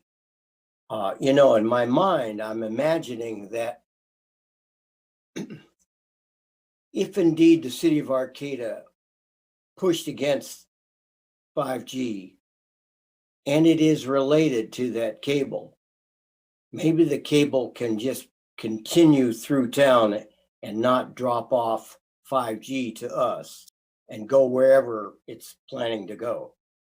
So I guess I don't really understand. I know something's happening, but nobody's told me what it is and what any of the long range plans are.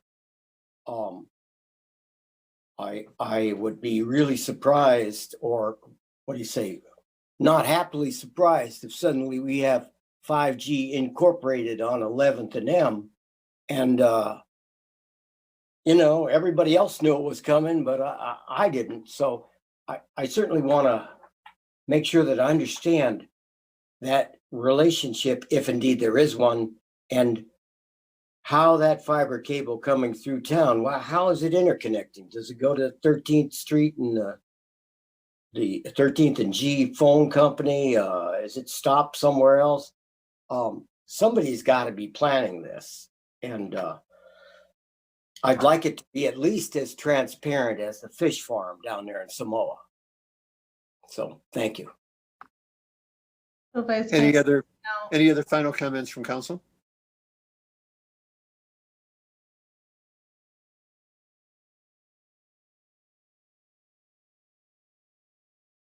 No, I don't have any comments. Did you have something, City Manager Teamer?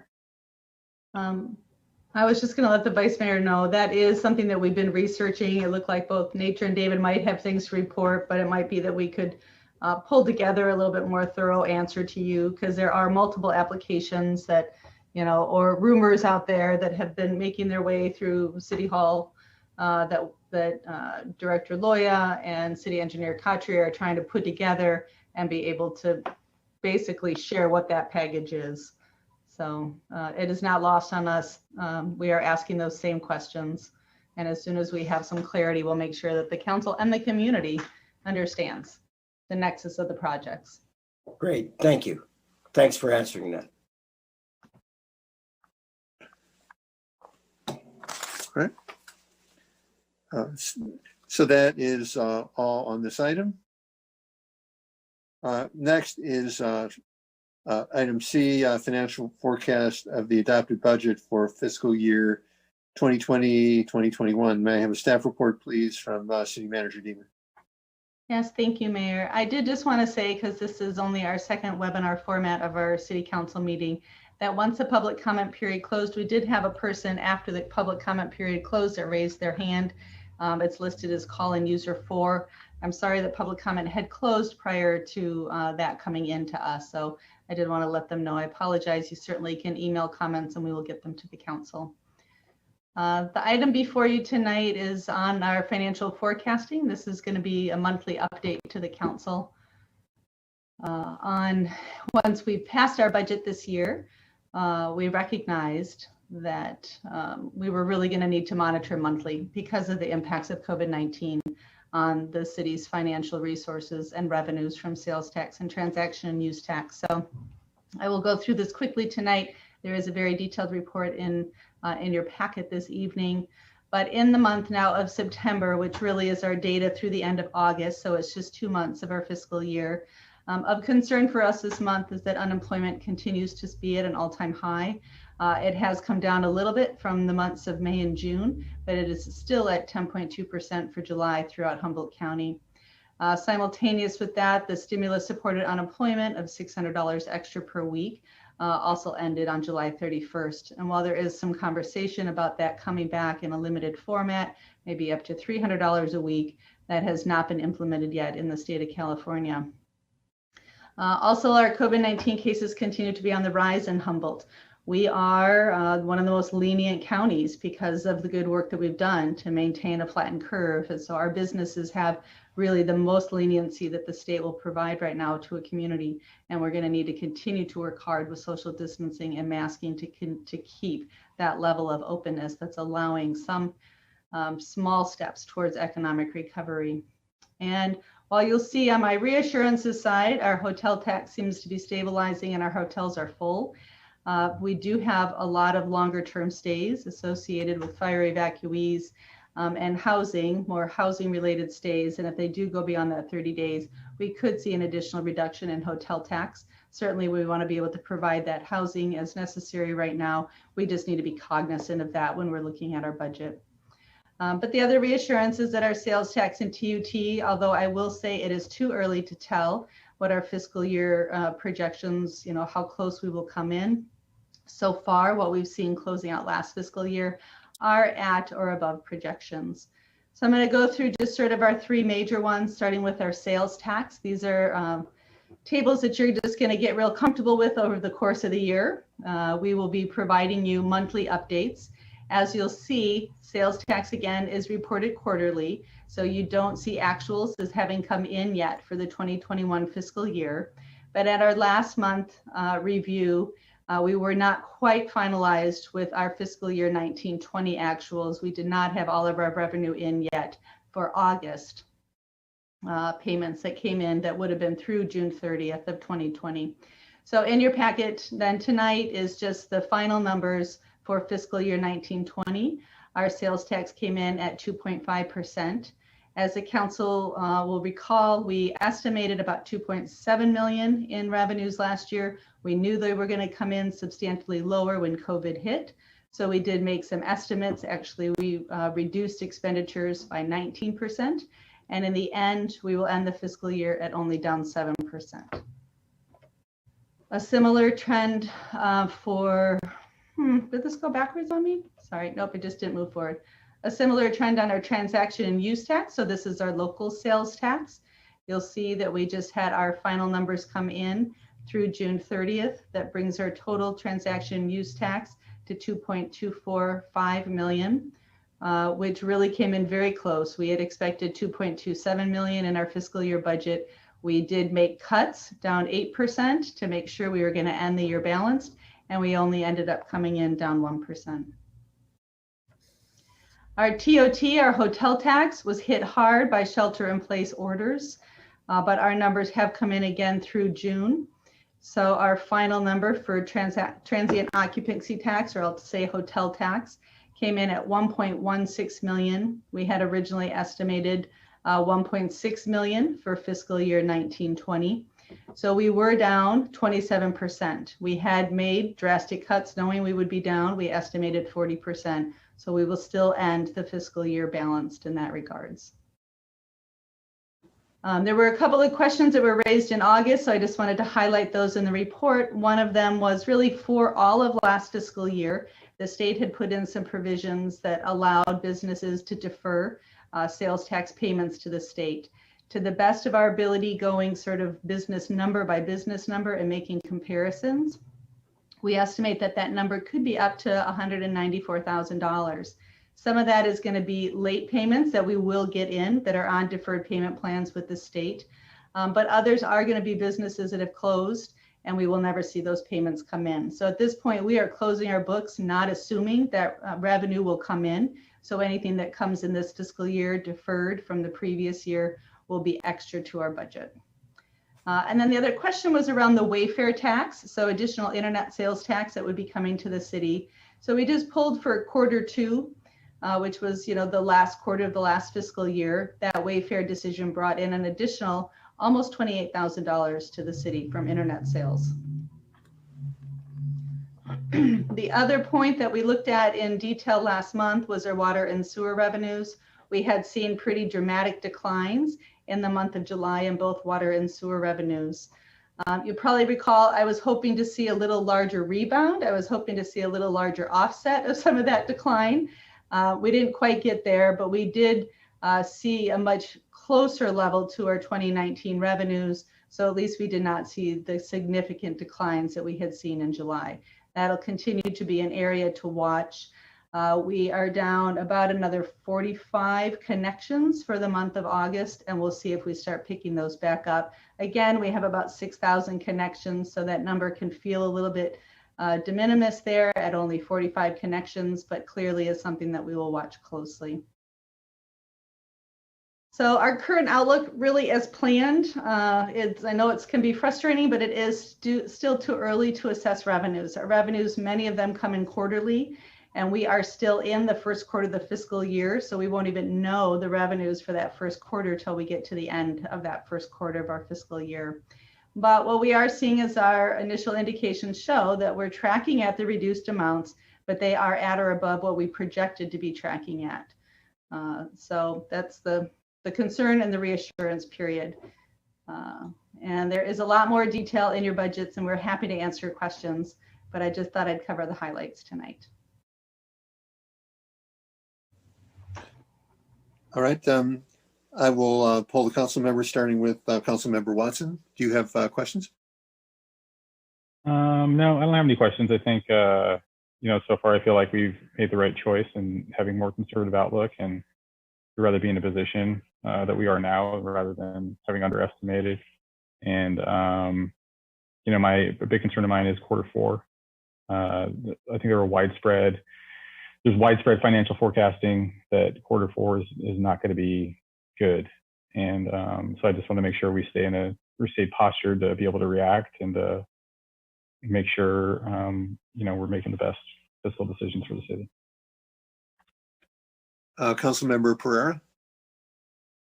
Nothing other than to say thank you to our staff for really assessing the situation really on a daily basis. And it's really good to see that with our more conservative projections, that some things came in less harsh than we were anticipating. But obviously this is going to go on a lot longer, and hopefully things won't go south too much. So thank you. Vice Mayor Patino. Yeah, I just wanted to say I agree with Councilmember Watson and Councilmember Pereira about their comments. I totally agree with all of that, and I appreciate especially Councilmember Watson's fastidiousness and staying on the budget numbers. Thank you.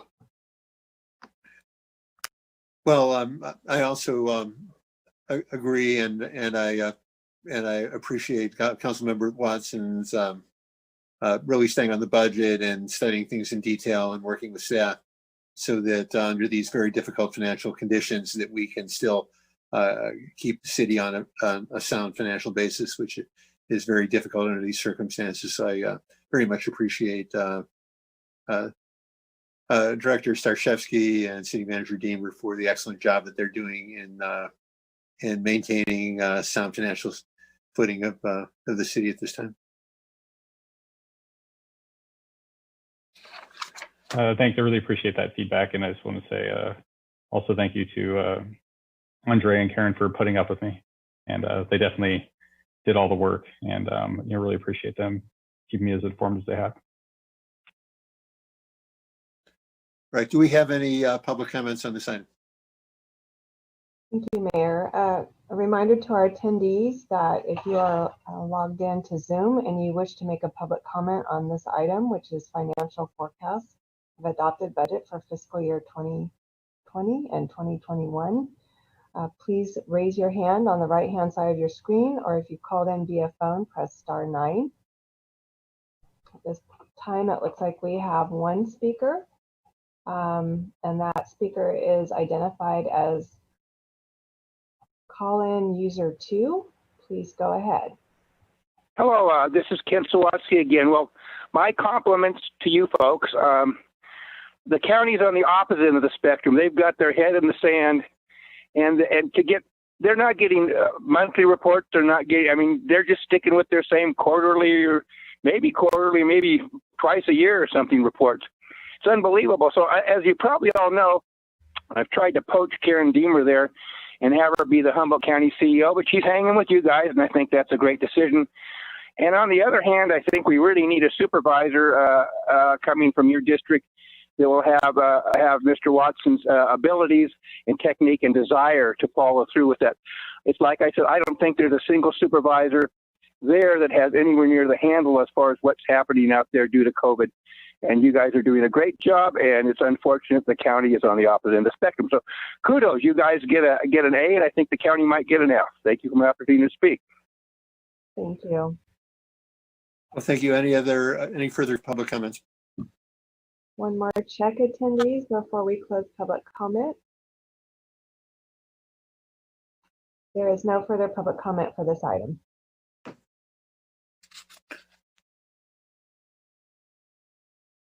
Next is item D, Arcata Police Department's update on police reforms.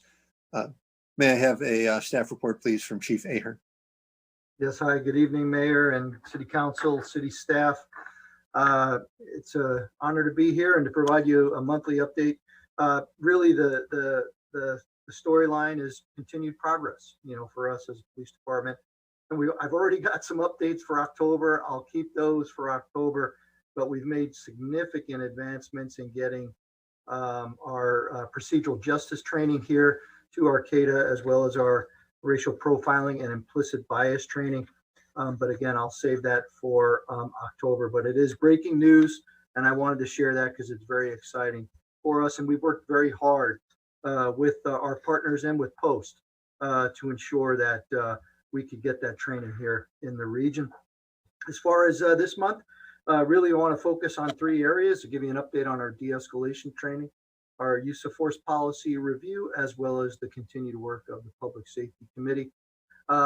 Similar, really good news in terms of progress on de-escalation. As a police department, I decided to detach a patrol sergeant and put them in charge of bringing that training right here to Arcata. So we've in fact have done that. We got some assistance from the Eureka Police Department. I want to thank Chief Watson for his integrating communications, assessment, and tactics train the trainer course as well as post. They've been tremendous support for us and our training needs. So we actually developed a two-part training program. All of that is outlined in the staff report. That's basically a 6 to 8 hour communications and tactics training, as well as a 4-hour de-escalation training, 2 hours in the classroom, followed by 2 hours on the mobile options simulator. Gives all of our sworn staff an opportunity to do the classroom training on theory and then to apply that theory and those principles in an interactive setting. I want to just key in on two things, what this training is really focused in on. Number one is people in crisis, and also really taking a close look as police officers is what can we be doing differently than what we've done in the past. And I know that's what you and the Public Safety Committee and our community members are all asking for. That de-escalation training actually rolls out next week in a 4-hour block that'll be presented to 15 of our sworn personnel. And then we'll follow it up with training everyone else. And then we'll take that training, break it up into smaller modules so that we can do ongoing training in the months and years ahead. Switching to our use of force policy review, the Public Safety Committee is working on the review of our policy as it stands right now. We did learn from Lexipol that they have done some significant revisions to the use of force policy. So, and all of those really are based on a government code section 7286B, which is really the result of some of the recent use of force legislation coming out of Sacramento. And because of that, there's additional elements that are necessary in our use of force policy. So our plan is the Public Safety Committee, in fact, meets next Wednesday on the 23rd of September. We will provide them this updated Lexipol use of force policy. And then they may need some additional time to look through that just because there are some significant updates, not necessarily changes, but a lot of new language, some legal nuances that they may need some time to look through and to tell us and to recommend to you what should we adopt here in Arcata and what should we revise. And all of those new elements in the revised policy are outlined in the staff report. So next Wednesday, Public Safety Committee meeting, their agenda includes updates on their two subcommittees. One is on budget/social services. So per your direction, they're looking at which social service components can be built into the police department as those revenues start to come back. And then the second subcommittee is the civilian oversight piece, which is really critical. And so we'll get our first updates from the subcommittees on their work. In addition, they'll be doing a lot of, I think, heavy lifting and discussion on Campaign Zero, 8 Can't Wait, 8 to Abolition, and really starting to focus in on identifying where we need to implement or where we need to perhaps be a little bit stronger in terms of what we've already implemented, as well as some really good discussion on our use of force policy and really focusing in on those revisions here in the weeks and months ahead. So with that, that concludes my presentation, and I will answer any questions you may have. Thank you. Okay, I will now ask questions of council. Vice Mayor Patino, do you have any questions or comments at this time? No questions at this time. I just want to thank Public Safety Committee, Chief Ahern. Thank you for working on this, and we look forward to results. And I appreciate everybody's concern and diligence in looking at these items. Councilmember Watson. No questions. I'll just echo Vice Mayor Patino's comments. Big thank you to the chief and to the Public Safety Committee. Thank you. Councilmember Pereira. Nothing to add. Thank you all. Thank you all.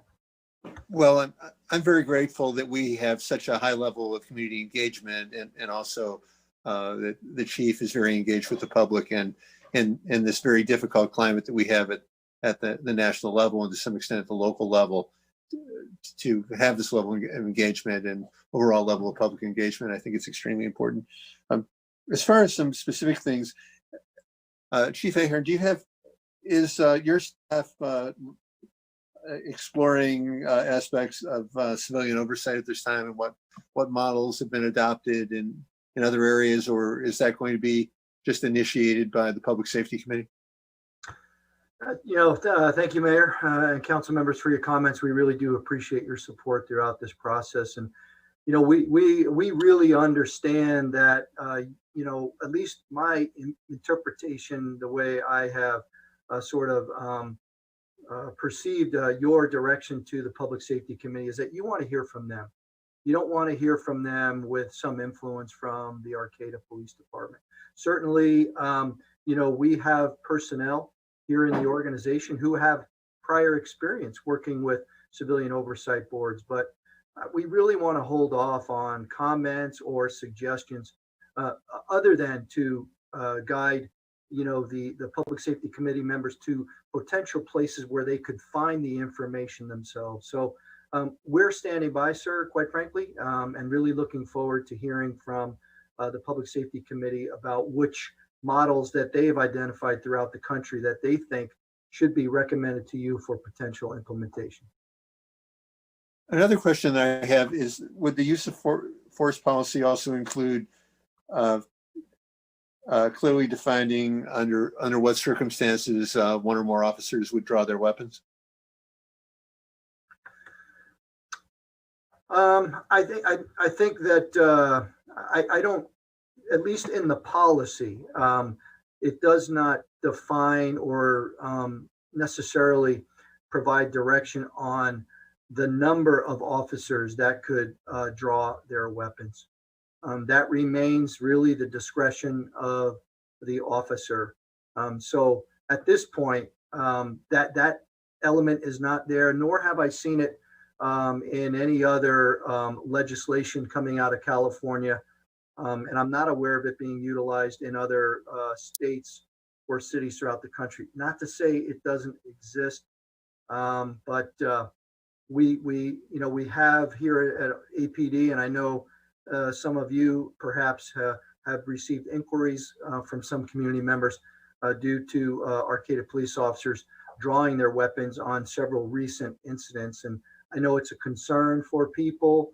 And we do have a plan to provide some messaging that at least tries to provide some insight into the reasons why we are drawing our weapons, and really my obligation to ensure that the officers have every confidence to survive, and understanding that even subtle changes on use of force policies, what we're seeing that it's just moving throughout the country right now is it's no longer the officer needs to go home, it's everybody in the interaction needs to go home. So not to say that there won't be direction during in the future regarding the number of officers, but in patrol especially, not in a tactical SWAT situation, but in patrol right now, that it really is it's the discretion of the officers on scene. Right. Do we have any public comments on this item at this time? We are not showing any public comments, but I will just give a reminder to attendees that are in the Zoom webinar that if you do wish to provide public comment on this particular item, Arcata Police Department's update on police reforms, please use the raise your hand function, or if you're on the phone, press *9 now. We do not have any public comment on this item. All right. Do we have any final comments from council at this time?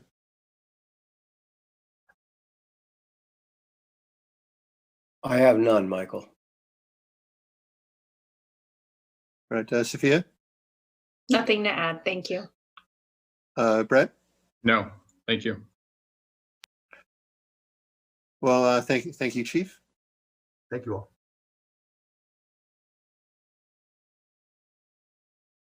Next is new business. Consider endorsing Measure F, Arcata Fire Protection District Special Tax. The Arcata Fire District has proposed a special tax to fund fire protection services throughout their district that includes all of Arcata on the November ballot. The proposed tax would generate $2.2 million annually and would sunset in 10 years. City Council endorsed their measure unanimously in March. The March ballot measure did not pass here in Arcata. Did pass in Arcata, but did not pass throughout the whole district. So they are returning to the ballot again in November. Before I ask for a motion to endorse, do the city council members have any questions or comments, starting with Vice Mayor Patino? No questions, thank you. Councilmember Watson? No questions. Councilmember Pereira? No questions. Thank you. And I have no questions or comments at this time. Okay. Mayor, just to let you know, we do have their board president, Nicole Johnson, and board member Randy Mendoza on the call. If you thought of a question. But Have they indicated that they wanted to speak at this time, or are they just simply there in case members of the council or members of the public would like to ask one or more questions? the agreement with the chief was that they would just be available to answer questions for you. So I'm not going to put them on the spot, but if one of them wanted to raise their hand, I could allow that. Do we have any members from the public who would like to comment on this item? We do have at least one, and for the rest of the attendees, just a reminder that if you do wish to provide a public comment on this item, potential endorsement of Arcata Fire District's Measure F, please use the raise your hand function or press *9 if you're on the phone. And our first caller, you will have 3 minutes to speak, is user 2, which I think is at Kent, right? Hello, this is Kent Sawatsky. I did wish to call in.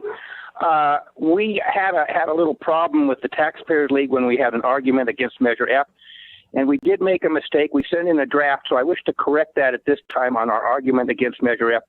It stated 95% of the AFD calls are medical assistance do not require a full engine company. Well, this draft didn't get the correction thing. Is actually 5% of the AFD calls are not fire calls and do not require a full engine company. There's been all kinds of assertions made out there as far as the inaccuracies of our figures. That one was inaccurate, first to admit it. The rest of them I will stand on as far as I think they're founded in fact. The biggest concern I have, and I was looking at the measure I'm looking at right now, and it's basically, it has the full text and it says special tax rate. It has a chart there, and it says total annual charge. And I did have a problem with it listing single family residence 118 per year, and that will be the total annual charge of this portion of the tax. But it's not the total annual charge of what the people will be paying. So the total annual charge, instead of 118 there, would actually be 206. Nobody's disputed that. And actually, instead of being 90 for a mobile home, would be 171. So I felt that was misleading, and I'm not going to use any other derogatory term. There seems to be a lot of them thrown at the Taxpayers League, and I'm speaking as the executive director on this topic. We've done a lot we could to work with the district to try and find a tax we could support. We cannot, and we will stand with all of the rest of the comments that we've made in the arguments against this measure and the rebuttal to their arguments in favor. Of course, I understand you endorsed it before. You'll probably endorse it again. It sure would be nice if some of the rhetoric that was coming out of what we refer to, I guess you call it the Mad River Union or the Mad River Rag or whatever, but there seems to be full-page editorials and full-page things going. I'm not going to be sending anything into them. I think we'll stand on our facts, and we are here basically, as we stated, to let the people be informed as far as what this will actually be costing them for the total tax, not just this portion of the tax. And we stand again with what our comment was the New Humboldt County Taxpayer League, HCTL, believes that those who can least afford a tax or assessment should not be burdened. And in other words, if you look at the single family thing, if you have a single family residence there and you're paying have a $5 million house, you're paying the same as somebody who has a $150,000 house. So we kind of feel that this should be apportioned differently. We recommend this be a sales tax for those who can afford to buy a really big truck or a TV or something like that, pay the tax, but those living in a mobile home who barely are scraping by, and, you know, barely pay for the food for their cats or dogs, don't have to pay it. So thank you for the opportunity, and I'm sure you'll make your own decision, but that's input from the Humboldt County Taxpayers League. Thank you. Right, any further comments from council or a motion from council? I'll make a motion to endorse Measure F. Second. Right, we have a motion and a second, Vice Mayor Patino.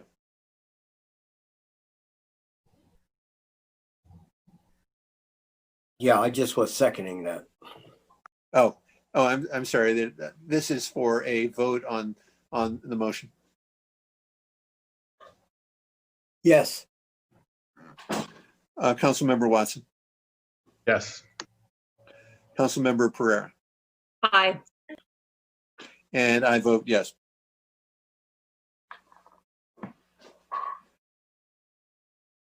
All right, next is oral and written communications. This time is provided for people to address the council on matters not on the agenda. Please raise your hand if you are on the Zoom webinar, or press *9 now if you are on a phone line and you would like to make a public comment. Speakers are limited to 2 minutes. When it is your time for public comments, the clerk will unmute you and invite you to speak. So do we have any members of the public that would like to speak at this time? Yes, at this time we have one, and that is call in Kent again. Well, I'm persistent here, and thank you for your listening to public comment. It's always a pleasure to comment in Arcata. I don't know if you're aware of some of the major cannabis-related permits that are going on in our watershed up in Maple Creek. One was basically passed barely by the Planning Commission for 2 acres with diesel power, possibly going to be converted to solar. We're still hard to tell. And then there's other ones up there that are ranging in the neighborhood of 8 acres proposed. So I just wanted you to be aware, it's our watershed. I always have concerns. As you see, we have a bloom now going on in the Mad River. And a lot of us feel that, in fact, I spoke with John Ford today, and they will be doing some ground searching to see if the water's being sucked out of the tributaries, if the nutrients that are coming into the river are causing this. And I'm looking forward to working with the county. I'm also not in favor of these large grows in Maple Creek. It's one of the few places where we have nature. And so most likely by tomorrow or the next time, there will be appeal of that particular permit. And I really hope that all of you pay attention to this fantastic place named Maple Creek, that we don't want to have nothing but covered in these big pieces of plastic, which I don't think they do too well. You're always against plastic, but those things don't do well. So thank you for the opportunity to speak on this topic today. Thank you. Thank you. Do we have any other public comments? Checking one last time with attendees before we close oral and written communications public comment. There is no more public comment for this item. Next is council and staff reports. All reports shall be specifically limited to city business and shall not request or lead to action by the council at this meeting. We have item A, report of the compliance settlement agreement with Redwood Curtain Brewery. May I have a staff report, please, from City Manager Deemer? Yes, thank you, Mayor. As you'll recall, in July, the City Council approved the new wastewater rates for a 5-year period. And as part of that new rate structure, we implemented a new user category that's titled Significant Commercial User. At the time of implementation, Redwood Curtain Brewery was the only customer that would actually be placed in that significant customer commercial user category. And in meeting the classifications of the characteristics of that classification, the Redwood Curtain did a protest to our rate hearings and then came before, met with the city and asked for a period of settlement to come into compliance with the city's new standard. So through a settlement process and working with the council, we did end up entering into a settlement compliance agreement with Redwood Current Brewery to defer that specific rate increase to that business until July 1st of 2022. There are some other specific conditions of there. Well, we will be meeting with them at least 3 times during that period to work with them on compliance and or sort of downsizing the production aspect of that here in Arcata. And so we will start those conversations in the latter part of this year. And the full settlement agreement was attached to your agenda. We just wanted to, for transparency purposes, share that with the council publicly and community.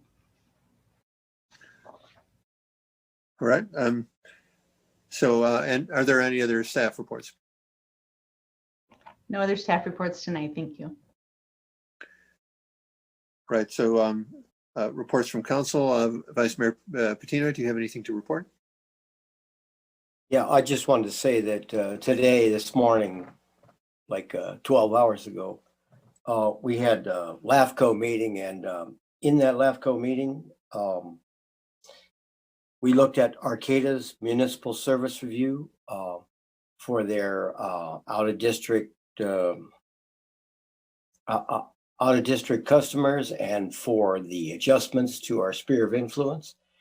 And that hearing is going to be continued. It is continued to our next meeting in, I believe it's October maybe.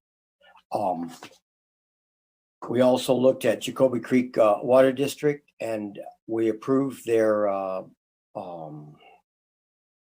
municipal service review. So that one's cleared, and ours for City of Arcata will be looked at a little bit in more detail at our next meeting, and I'll report that back to you. And if indeed we need a staff person there, I'll make sure that I let the city manager know. Thanks. Thank you. Councilmember Pereira? Yeah, I touched on it a little bit earlier during the franchise agreement conversation about CRV buyback. So Humboldt Waste Management Authority in August did open up a CRV buyback for a little bit. It was overwhelmed, obviously, because folks have been accruing a lot in anticipation of CRV buyback being available at some point in the county. But it really overwhelmed the resources that HWMA has. There's conversations with the state right now with Cal Recycle.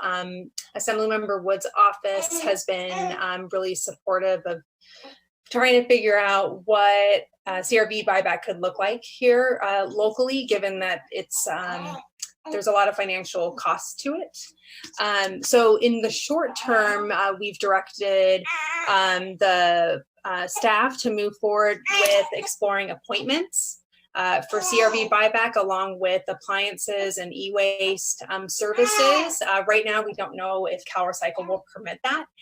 So if they won't permit that, then we're kind of left with the position of moving towards decertification and looking at longer term options. So I'll just continue to keep you all updated on that. Thanks. Thank you. Councilmember Watson. I don't have anything to report. Thank you. Right. I attended the first in a webinar series put on by Schatz Energy Research Center, where I worked for many years on offshore wind. So that looks very promising. It's each one, I believe, is 3 hours, and it's very in depth. So it's very informative. Schatz has funding from, I believe, the Ocean Protection Council, and so they've been able to put in a lot of staff time and do some really in-depth work on many aspects. And this was a sort of introduction. Next, they'll be looking at environmental aspects and economic aspects. So it's a very valuable series in terms of the research that they're doing, and really doing a first-class job in before we roll out that project, so that it's really done right. It's done very solidly, and it includes all members of the community in the process. Dates of future meetings. Special meeting scheduled for Wednesday, September 30th at noon via teleconference. And we are adjourned.